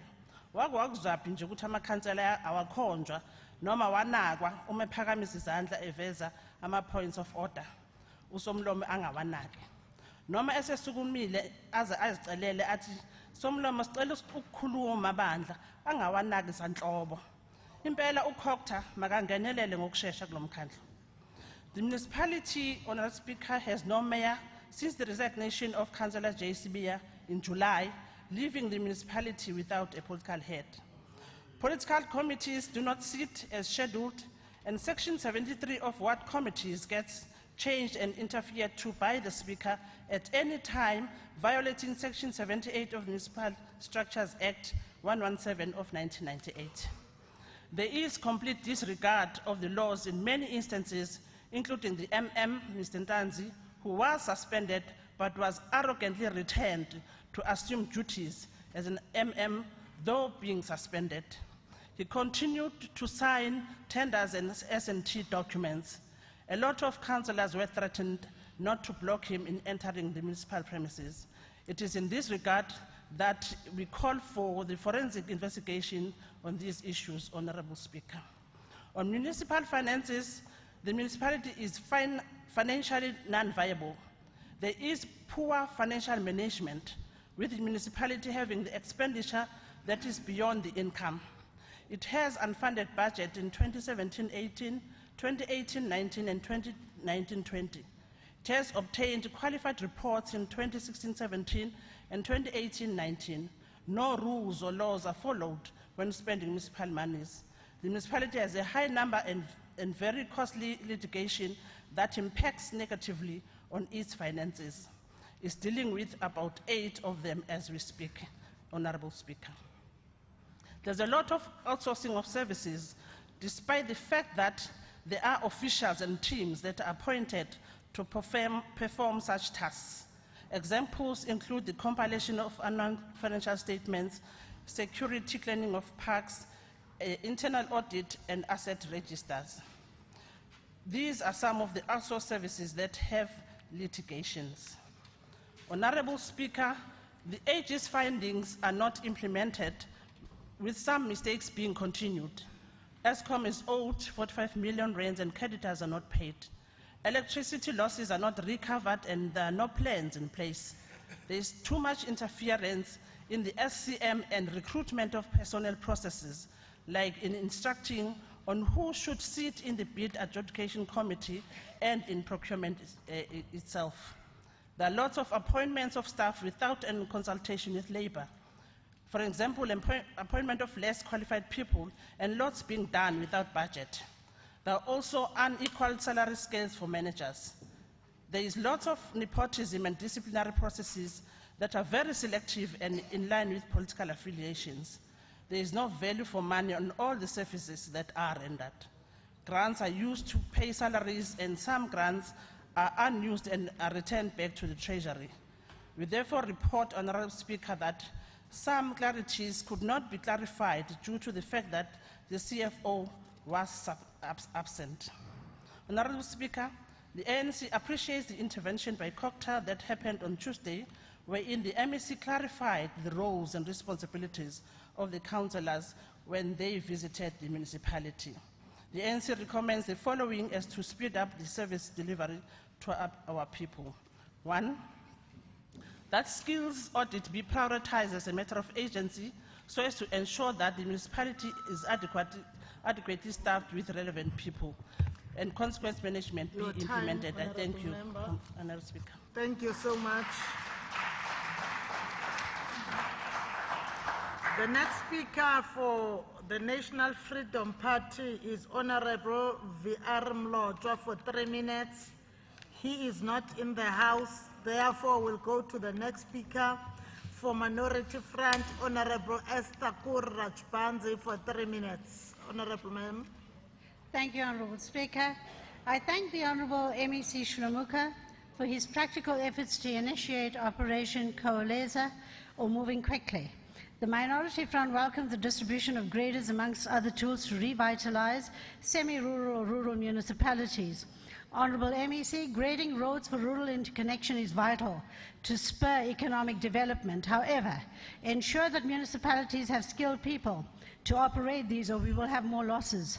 Furthermore, COCTA and transport need to give proper spatial development plans to municipalities, taking into account people's own initiatives to build gravel roads to ensure their safety and interconnectivity. The municipalities visited have 2 major root causes that impacts on all other challenges, and these are human resources and information technology. Honorable MEC, thanks for clarifying the role of monitors and administrators. Although councillors and officials are opposed to administrators, I can understand that, but monitors should actually be M&E specialists and not on-the-job coaches, because refuse has not been collected on the streets of many of these municipalities. Are we paying lip service to recycling, pollution and climate change? There are so many legal gaps that are responsible for the blur between politicians, councillors and officials. I believe as legislators, we need to fast track through the NCOP and Munimec the separation of powers between municipal excos and councillors, as well as proper delegation to be given to senior municipal managers who must also have the required skills to fix these municipalities. In order to prevent micromanagement, mismanagement, the MF believes smacks of either ignorance, incompetence or complicity. The completion of the skills audits and municipal organograms are critical now. Furthermore, the report speaks to 8 major investments, for example in Vryheid. When I spoke to the locals post the meeting, people only knew about McDonald's coming to town. Some said that Vryheid was overtraded with fast food outlets. Others were excited, but there was no awareness on the investments in the report. More public participation programs are needed, Honorable MEC. There should be a serious debate about whether Abergalusi should be dissolved or run by an administrator and an outside team until 2021, or an extra ward should be cut and a by-election held to change the 44 to 45 council membership. Otherwise, the hunger for political power will destroy this town.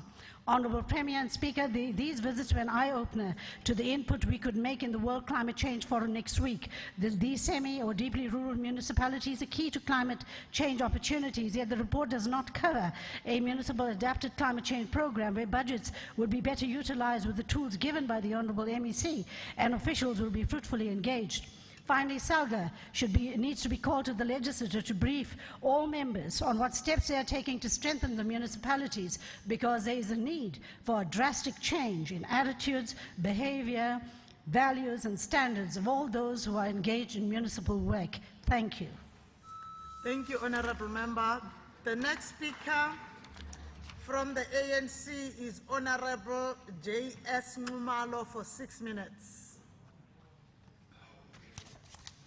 Thank you very much, Honorable Speaker and honorable members. Mpofana local municipality is one of the smallest rural municipalities in the province of Kwazulu Natal, under this district of Mkungundlovu. This House notes with a great concern, Honorable Speaker, the Auditor General's audit outcomes report for the municipality, which is a disclaimer for the 2017-2018 financial year. The audit outcome shows a regress over a period of 3 years, and this is also attributed to the municipality's non-compliance with certain legislation, which is a common cause with all other municipalities in the province of Kwazulu Natal, insofar as the issues of irregular expenditure, fruitless, wasteful, and unauthorized expenditure. And there is no consequence management as per the reports that were received from all different municipalities. Madam Speaker, in the meeting held at Mofana municipality early this week, we learned that through various presentations that one of the fundamental challenges this municipality is facing is weak leadership and poor administration. The revenue collection based from Mofana municipality is very minimum, and this has resulted in this municipality being highly dependent on national grants and that they receive. And the other challenge is the low revenue collection. Hence, this is one of the smallest municipalities in the province. I must also indicate that, Madam Speaker, that the high unemployment rate is very high in this municipality. Hence, it is estimated around ±40%. And the service delivery performance is very poor in this municipality, and this has resulted in a number of service delivery protests in recent years by the residents. Based on the poor performance in this area, this House recommends that there is a greater need for intervention by provincial government to stimulate the economy, and I will recommend that ATIA lead this program, because there is a potential to grow the economy in terms of LED and township economy. This House notes that the Mofana municipality has a shortage of skilled and technical staff to carry out municipal duties, and this House wishes to request that the Department of COGTA should assist this municipality by deploying skills and officials to this municipality to provide adequate support. This municipality is in a process of implementing the smart meter system in order to minimize tampering and illegal connections, which is a direct contributing factor to the water loss, and therefore the municipality is owed millions of rands by various departments, and therefore we also recommend that the province also intervene in terms of rates. The municipality is surrounded by farms, and I would recommend that the Department of Agriculture and Rural Development must come up with a plan of opening opportunities for small-scale farming and food security to eradicate poverty and unemployment, especially because there are claimed farms that are lying fallow around that municipality. The small town rehabilitation program has also assisted the municipality to create jobs for some people, but it is not enough, and therefore there is a need for a new industries and investment to create more jobs. And the Human Settlement Rehabilitation Project has also assisted the municipality to upgrade a number of houses that were dilapidated. In Edumbe, as it has been mentioned by the report by the NCOP, I must also emphasize that there is an improvement in that municipality in terms of the audit outcome. Hence, the municipality has received unqualified report in the past 3 years. And therefore, we'll recommend that COGTA should also give support to this municipality so that there is no regression.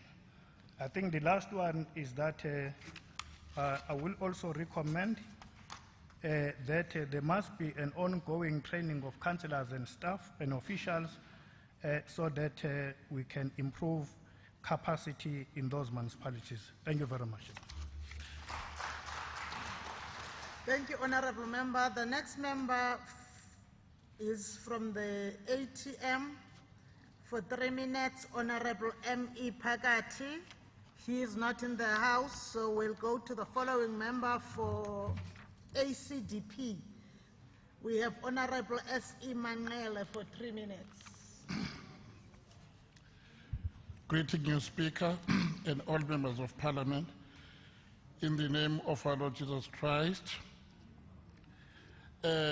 Madam Speaker, ACDP has noted that there are things that should be done by municipalities, and there are those things which should be done by us in this House or the national government. To mention the few, the Swaziland border.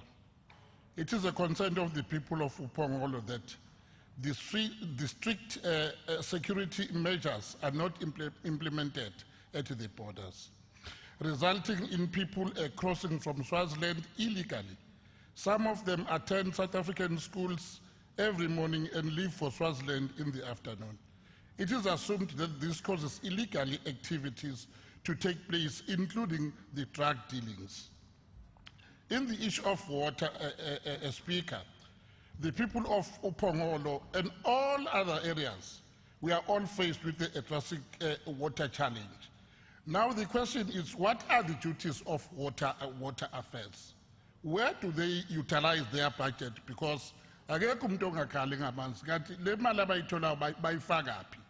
sometimes we need, Speaker, if you can help us to get the budget of the water affairs and their implementation program as well. In terms of SAPS, it has been mentioned in the report by the Honorable Mteto that Upongolo has a huge area with a big number of population, yet they've got a little police station inside the Upongola town. So as ACDP appeal to the Kwazulu Natal government, SAPS, to provide a satellite police station at least next to Echetuba Hospital or in those areas around there. Madam Speaker, I thank you. Thank you, Honorable Member. The next member for the ANC is Honorable MPP Zungu for 6 minutes.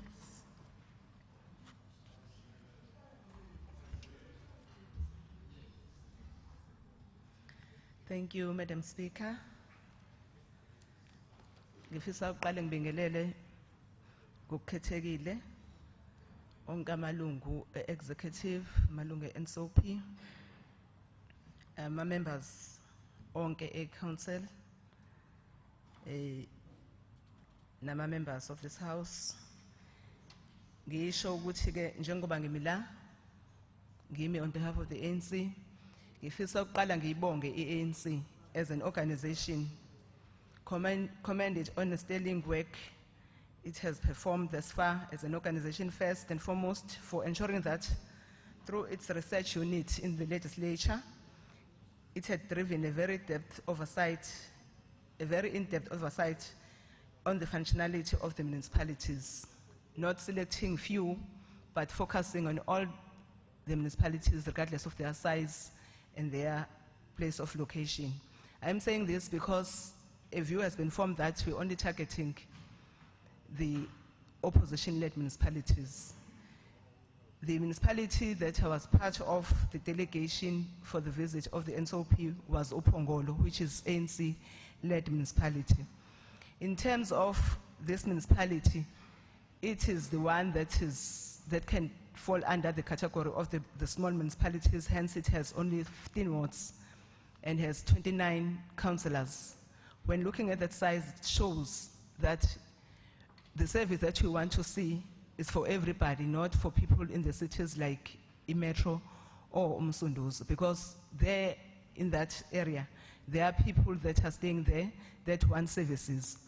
But, Honorable Somlomo, ichilo nehlazo esibhekana nalo kwesinye isikhathi ukungalalelani. Isilo samabandla mangabe kuvulwa iParliament la.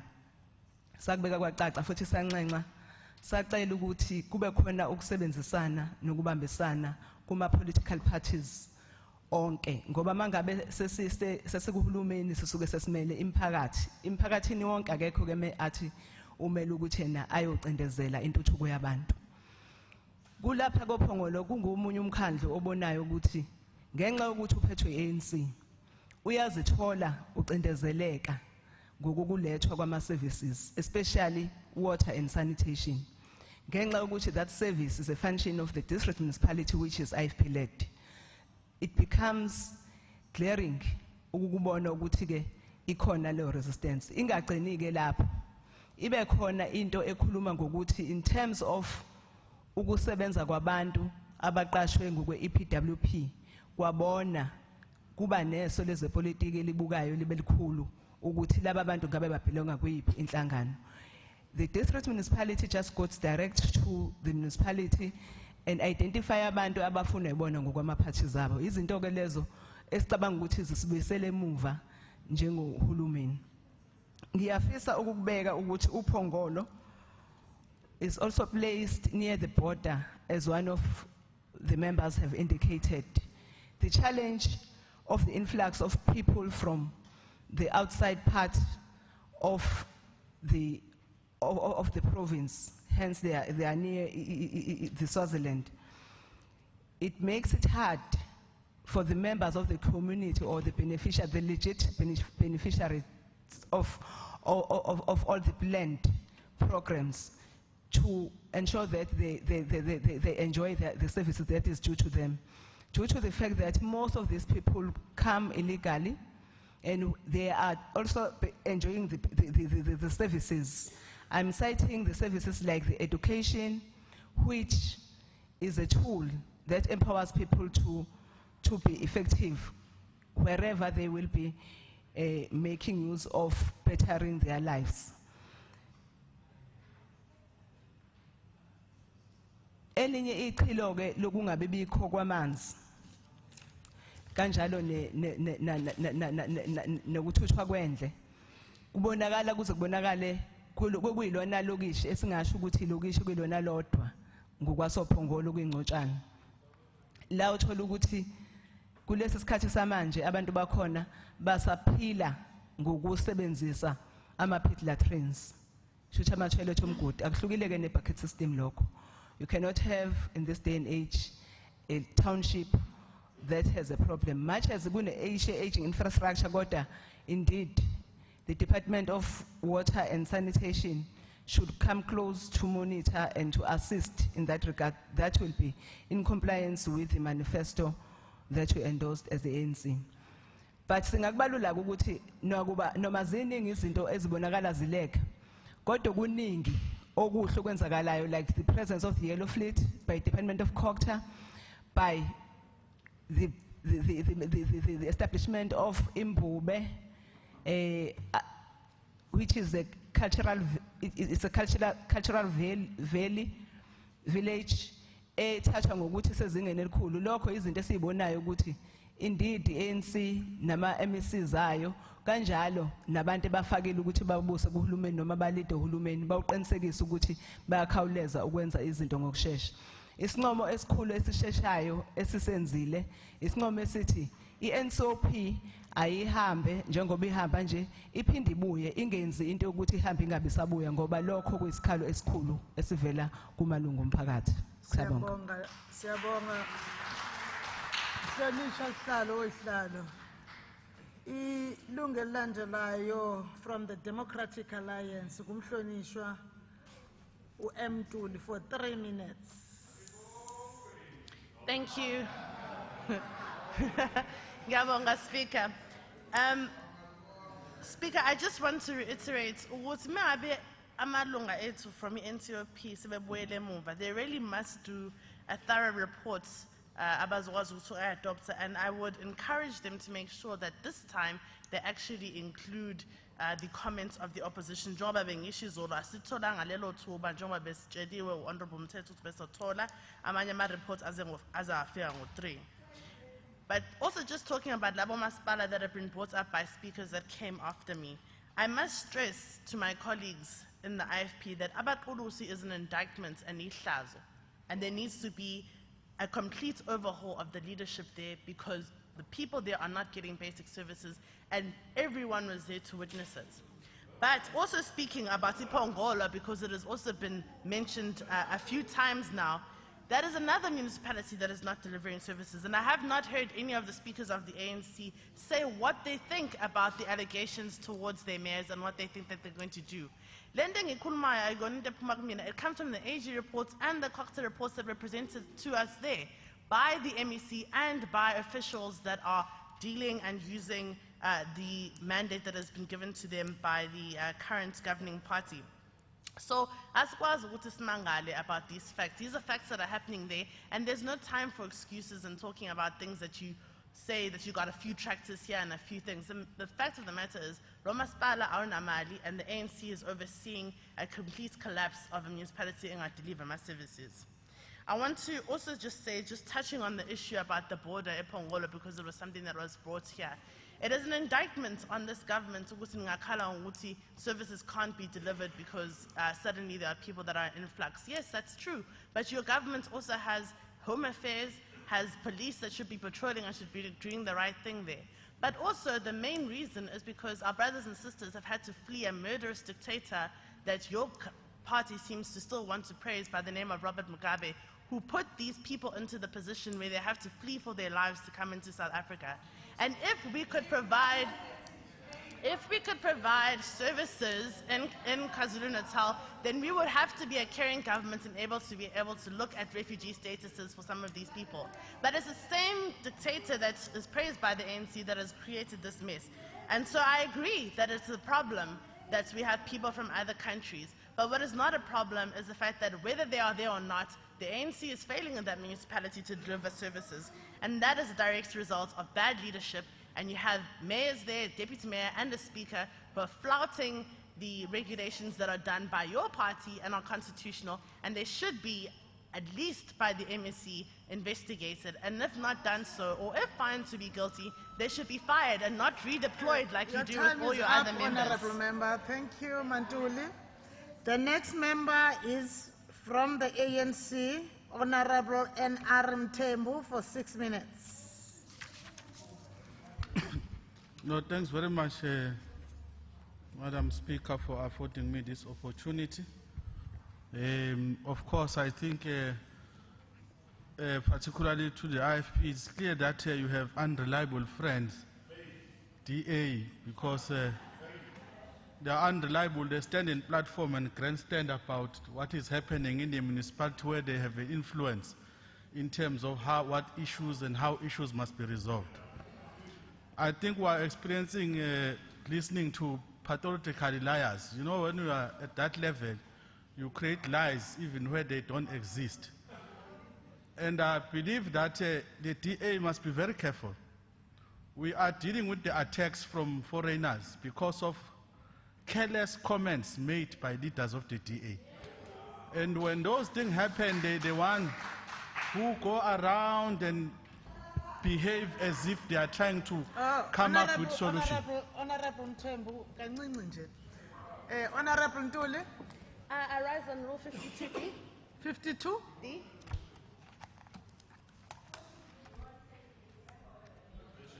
Okay, 52D. Yes. You want to ask the member if he is prepared to take your question? Yes. Honorable Mthembu, uyabuza uMamphemba. No, because of time, I don't have time. If I had time, I would have taken questions. But indeed, I think it is true, and maybe we must assist that the late President Mugabe is not from Swaziland, is from Zimbabwe. So when you refer to Swaziland, really it's a mistake which you must be assisted to correct. But two, you cannot stand in this house and say the ANC is not doing anything. We have intervened in eThekwini in the interest of the people. We have intervened in Umsunduzi in the interest of the people. We are continuing intervening in all municipalities where there are challenges. But of course, we are not going to do what you want us to do, because what you are pushing us, even the issue that is raised by the IFP, it's been corrected that there's an ANC. We are looking municipality by municipality. But we are not going to pretend as if the IFP is not existing where it's leading. In terms of our relations, of course, we'll engage with the IFP and say, because it is clear, even from the former leader of the IFP, that ANC and the IFP, it is time now we work together for the betterment of the life of Kwazulu Natal people. So we are committed to that, and we are going to continue doing that. We're not going to be arrogant on that. When the DA just see few people on the stand there, they want to grandstand because they don't have places to address the many people. They always, when they see 3 people sitting in a gallery, they feel that they need to and then portray themselves as people who are.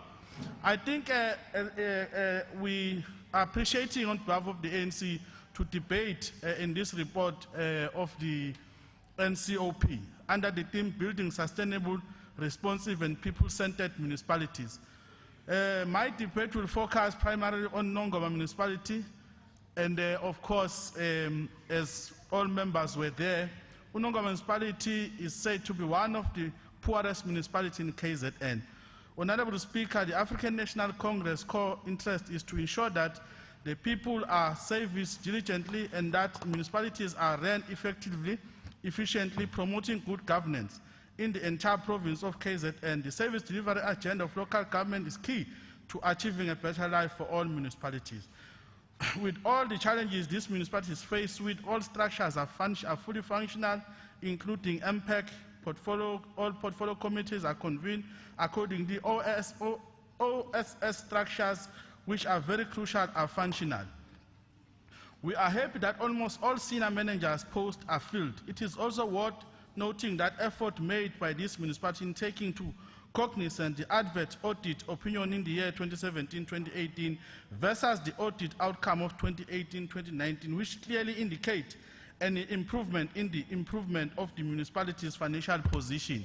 After having financial recovery plan in place is yielding positive results on cash coverage, revenue, and debt collection, it has been improved. We must appreciate the initiative by the municipality. Honorable members, while there are improvements, it is also important to highlight some challenges. This municipality does not have electrical engineer, which is a huge crisis as the municipality cannot monitor electricity projects. It was also indicated that municipality does not have electrical distribution license. Speaker, this is quite a crucial issue which needs to be looked into very closely and be addressed because without this person monitoring and ensuring that, of course, service like electricity is distributed to all communities, the municipality will continue having a problem. We believe that the COCTA, the department MEC, will also assist because sometimes the reason why you cannot find suitable people is the rate that people are paid in certain municipalities, including Nongoma municipalities. Another major issue reported by these municipalities is the poor spending of conditional grant. The African National Congress is very much concerned about this continuing trend being witnessed in municipalities. Not spending their grant according to the understanding of grant delay service to the people which the ANC is highly against. The ANC wants a better life for all and has made the clarion call of saying that government must coalesce on service delivery. This fact of poor spending on grant is definitely taking us backwards as the government. It is because of such that we witness a number of service delivery prostrate in communities. Hence, Speaker, I want to vehemently agree with the ANC when it says that municipalities must put the people first, thus fast-track service delivery of quality basic services to the people is paramount. Among other issues raised by the report is the office space and that there is no council chamber. This cannot be correct, Madam Speaker, if we are really serious about servicing of our communities. What is also shocking, Honourable Member, is that the fact that government department or the municipality. Honourable Member. We say that the MEC need to. Your time.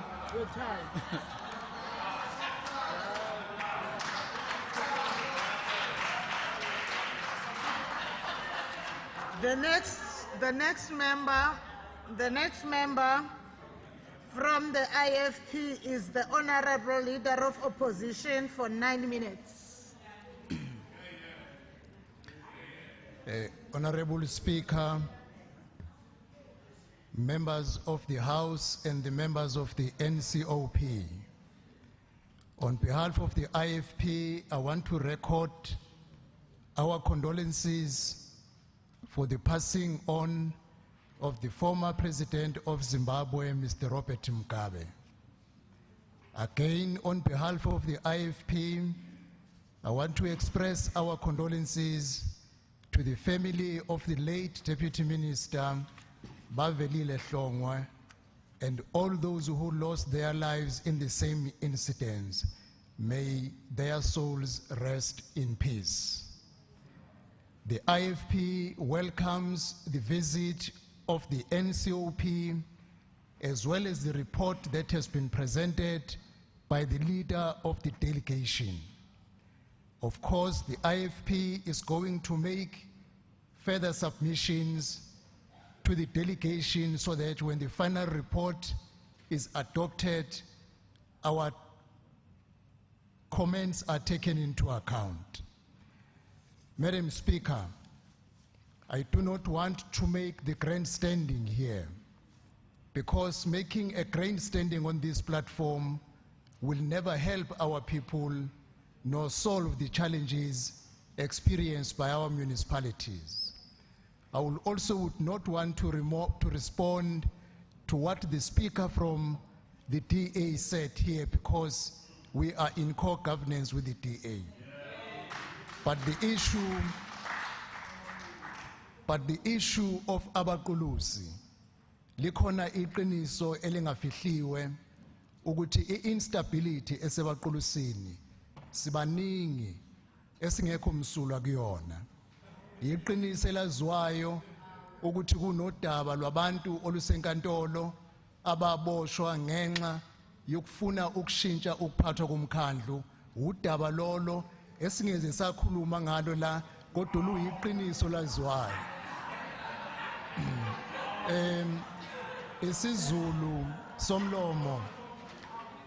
Isizulu somlomo sithi usifumbu ubona uqhaqhazela.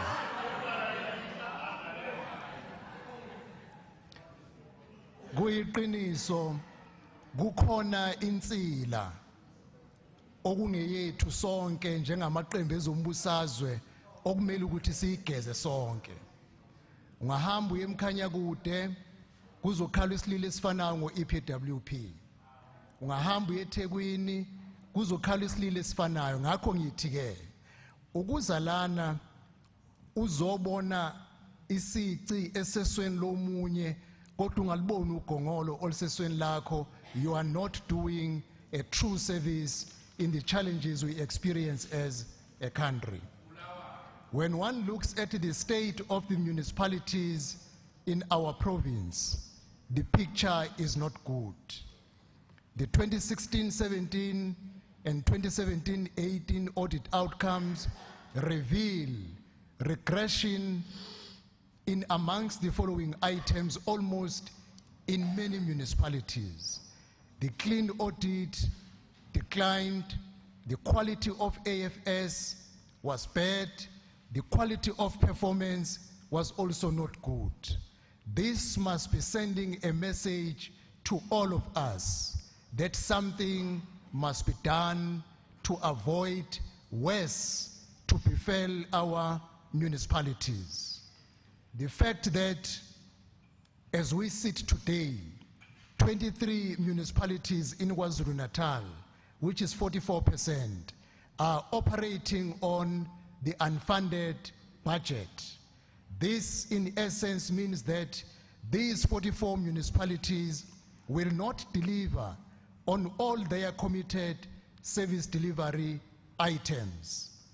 Today, Madam Speaker, we are sitting on 9 municipalities under Section 139B, which constitutes 17%.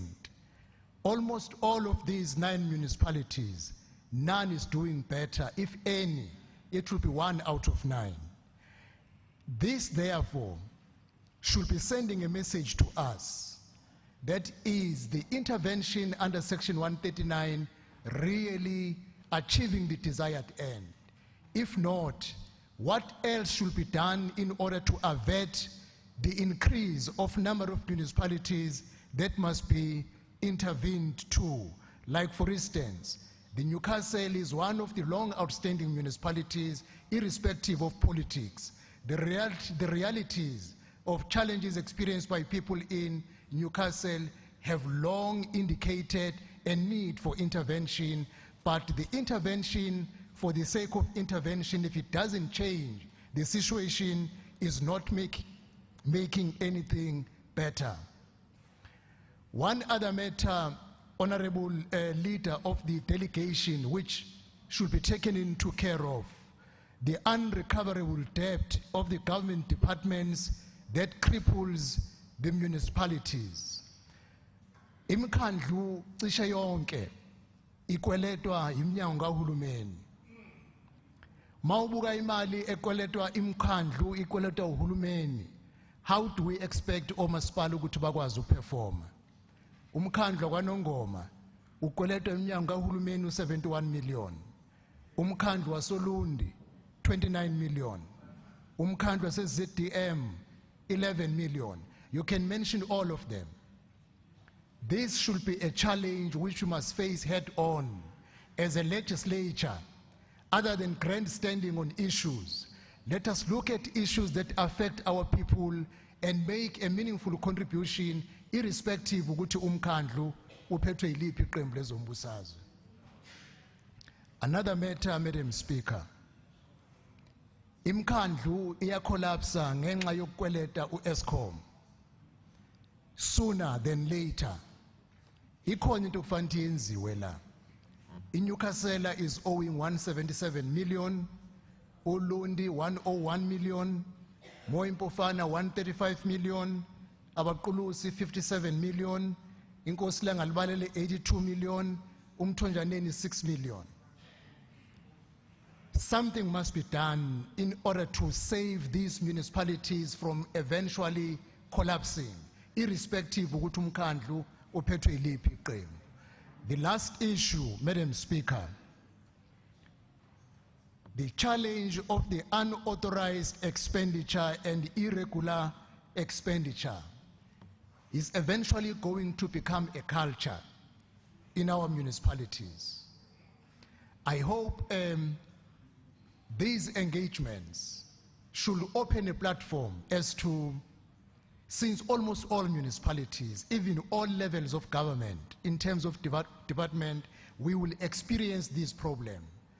What is a turnaround plan that we adopt to ensure that omasipala bethu is manager nabaphathi bemkhandlu, the political office bearers, kuthathwa lolu daba lwe-irregular expenditure ne-unauthorized expenditure as a special matter, ukuthi over a period of 3 years or 5 years, no municipality should incur the unauthorized expenditure and irregular expenditure because imali eningi iphuma through these doors instead of helping our people.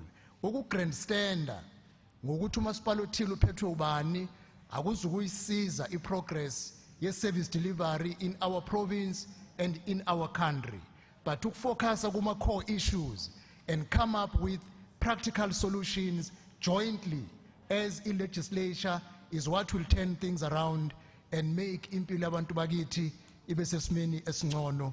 Thank you very much, Madam Speaker. Thank you, Honorable Member. The next speaker from the ANC has got 11 minutes and is the Honorable MEC for Cooperative Governance and Traditional Affairs.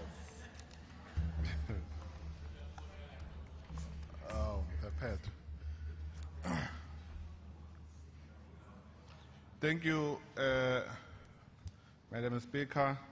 Greetings to honorable members, honorable members from the NCOP delegation.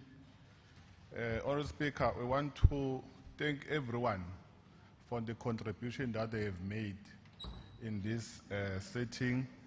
And we think it has been a very rich and stimulating the debate in many different ways. And we like to also to express our gratitude on behalf of the African National Congress, the ANC, the undisputed liberator of our people in Kwazulu Natal in South Africa as a whole. Madam Speaker, we are very excited by the decision taken by the NCOP to visit our province. In the NCOP Provincial Week province. This visit ultimately ensured that our concerns, many of which we share with our municipalities, receive the attention they deserve from the highest institution, which is NCOP. Our provincial government and the sphere of local government in our province are the major beneficiary of the NCOP's visit, counsel, and support, as well as its oversight. This visit to selected municipalities in Kwazulu Natal has been an opportunity for NCOP to demonstrate its active interest in issues pertaining to local government, to provide its wise counsel and support where necessary, and perform a robust debate. However, Honorable Speaker, we want to correct Honorable Mbali Ntuli when he said this visit was only targeted municipalities that are run by the IFP. We've NCOP visited 6 municipalities in KwaZulu Natal, of which 3 of them is governed. Thank you, Madam Speaker. Rising on Rule 71.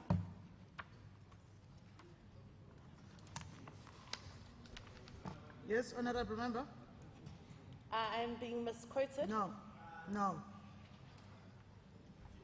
An explanation during debate only when a material part of a member's speech has been misquoted or misunderstood. Yes. Which one are you referring to? The material I am part? being misquoted. A material Which is part the of- material part that you are... That I said that only municipalities by the IFP were visited. I did not say that. And that my Honourable speech Member. has been given to Hansard for... Honorable proof. Member, we will consult Hansard and Thank come you. back to you. Thank you, Speaker.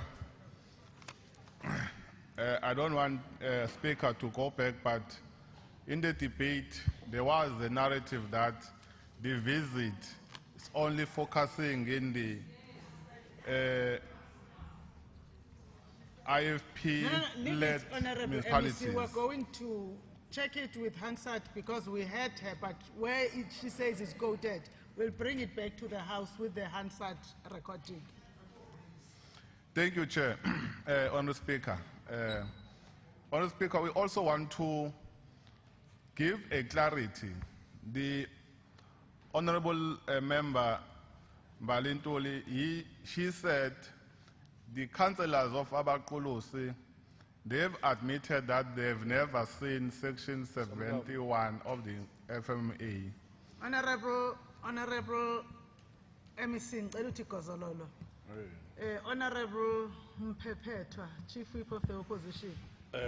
Somlomo hloniphekile bengicela ukwetsheleke iwashi ngoba alisasebenzela la endlini.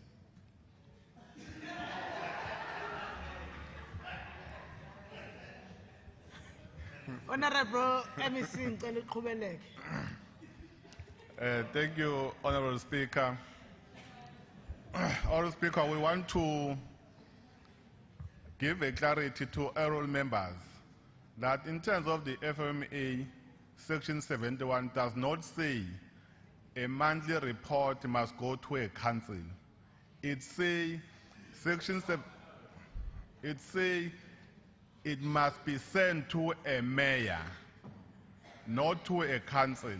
I think it's important that we must read these clauses correctly and we understand them, because it's possible that the council not in the position of the Section 71. That's why Section 71 is sent on the monthly basis. But the Systems Act is say council must sit at least quarterly. Honorable MEC, may we give the Honorable Ntuli? Thank you, Madam Speaker. Rising on 52D. 52? D. Okay, she wants to ask you a question, Honorable MEC. I'm busy. You had No. I'm Can not I going to debate? repeat because you were busy. But also, honorable members, but But also, honorable members, I'm going to request two things. Let's be alive to what is contained by Rule 67 in terms of gestures that we are making. But also, the issue of misusing the rules to disturb the debate, can we refrain from doing it, please, so that we don't do what we are doing? Raise when you have an issue that is legitimate that you want to raise according to the rules. But let's give you, Honorable MEC, an opportunity to continue with your debate, sir. Thank you, Honorable Speaker. Speaker, on Wednesday, in my capacity as an MEC of Kokta, we paid a visit at Abaqolosi municipality to engage the council on the urgent pressing matters, as the members have already alluded on those matters. And some of the matters that we forced us to go there is because the municipality is under Section 139(1)B, and the cabinet have taken over Section 51, Section 54A, Section 56 of the Systems Act. That means the council does not have control over those sections.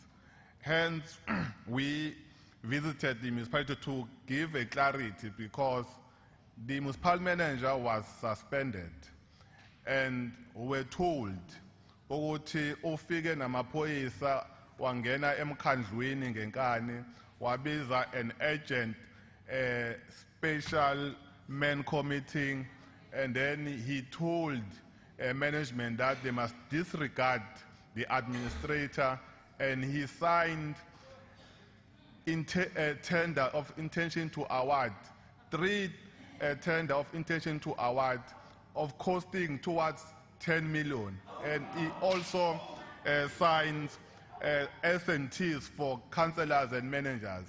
And we had to correct that situation. We are also appealing to our colleagues from opposition to engage their councillors, to also educate their deployees, because the people of Kwazulu Natal, I'm not sure about the grandstanding speaker, the people, I'm talking facts here, the people of Abaqolosi, they are waiting for service delivery, and we are going to deal with the matter, Honorable Speaker, but working with the council, and we want to applaud the leadership of opposition that gave us a support when we tried to go there and assist, because we want to confirm, Speaker, that we engage with with the IFP, and they did support us, and want to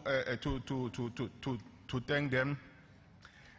Honorable Speaker, at Zululand, he heard that an oral member, he said there's nothing that we are doing as Kokta at Zululand.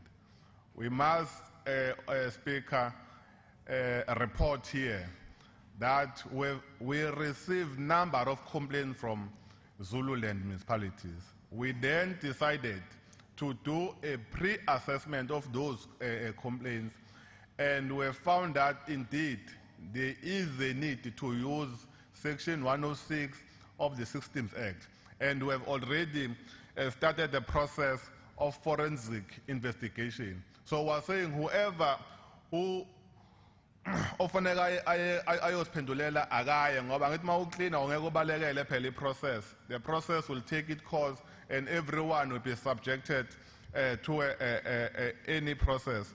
We're raising these matters, Speaker, because these municipalities, Zululand and part of maybe Anongoma, we've presented at Anongoma, we've presented a forensic investigation.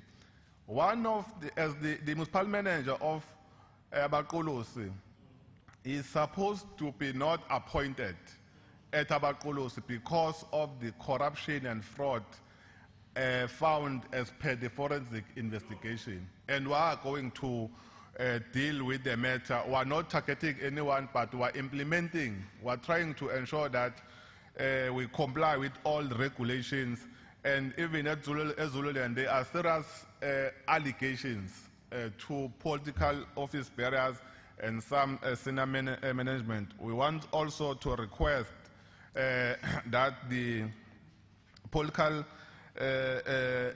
leaders of opposition to assist us. On the finance chair and audit outcome, Chair, we want to report that at Ulundi, they have serious financial difficulties of budget.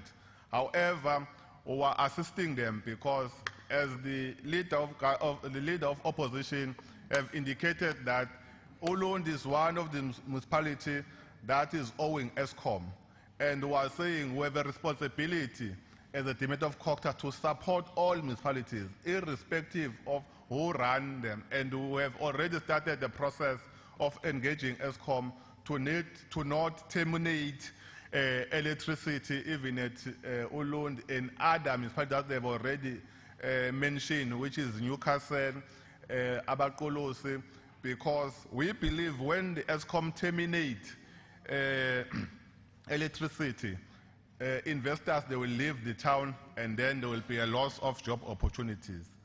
Chair, there was a comments made by the umfundisi from ACDP ebuza ukuthi wenzani kanti water affairs ngenxa yokuthi abantu bakaNongoma don't have water.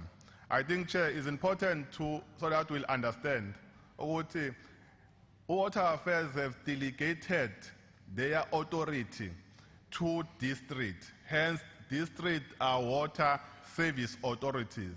So if these districts are failing, in this case, we're talking about Pongolo, which is under Zululand. If Zululand is failing to provide water, that means the National Minister of Water will be forced to take over the powers that have been delegated by the Minister as a water service authority.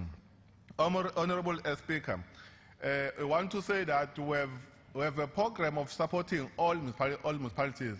As we have indicated before, we have done an assessment of all municipalities, and now we know the challenges of all 54 municipalities.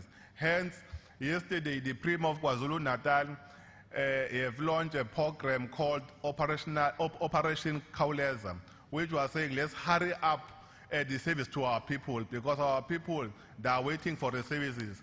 We have given municipalities at Amachuba number of yellow plans, and we are going to give all municipalities, including the municipalities that are not run by the ANC, because what we know that people even at Ranongoma, they still need service delivery. Honorable MEC, thank you. Now, we've come to the end of the debate. We are going to give the Honorable Leader of the delegation, NCOP delegation, an opportunity to respond. Honorable Mteto.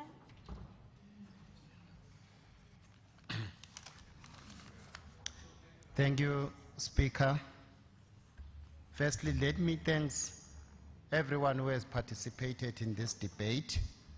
The Office of the Chief Whip and the Office of the Speaker for supporting this program up to this far. We also want to thank the MEC for Cocta, who was with us through and out the province in dealing with all these matters that we have been dealing with in the past 4 days. The members of the legislature, and also want to thank the researchers that have a sleepless night. At 1 o'clock this morning, they were still giving up reports, consolidating everything that we have been dealing with. This is much appreciated. Speaker, I'm not going to deal with issues now that is not going to assist us even in finalizing our report. But it's safe to say, Chair, that what we have noted as the NCOP is the issue that we need to come back and ensure that we do some quick follow-up in these matters that have been raised. There are areas that need an urgent attention. As you have correctly stated, Chief Whip, in the meeting, that we still need to account to you. So we will do that accountability almost on a daily basis and give reports. And among those reports is the report, this one as a follow-up going forward. Also, the issue of the department, we want to appeal that each sector must play its part. The department must play its part, the municipality must play its part, so that we can improve the service delivery to the community. The municipality should also promote and enhance public participation. We have noticed, Speaker, that in terms of the service delivery, some of it is caused by the lack of oversight in all of them. All crime issues, Speaker, cases should be reported to SAPS, because this is another gray area that was coming through.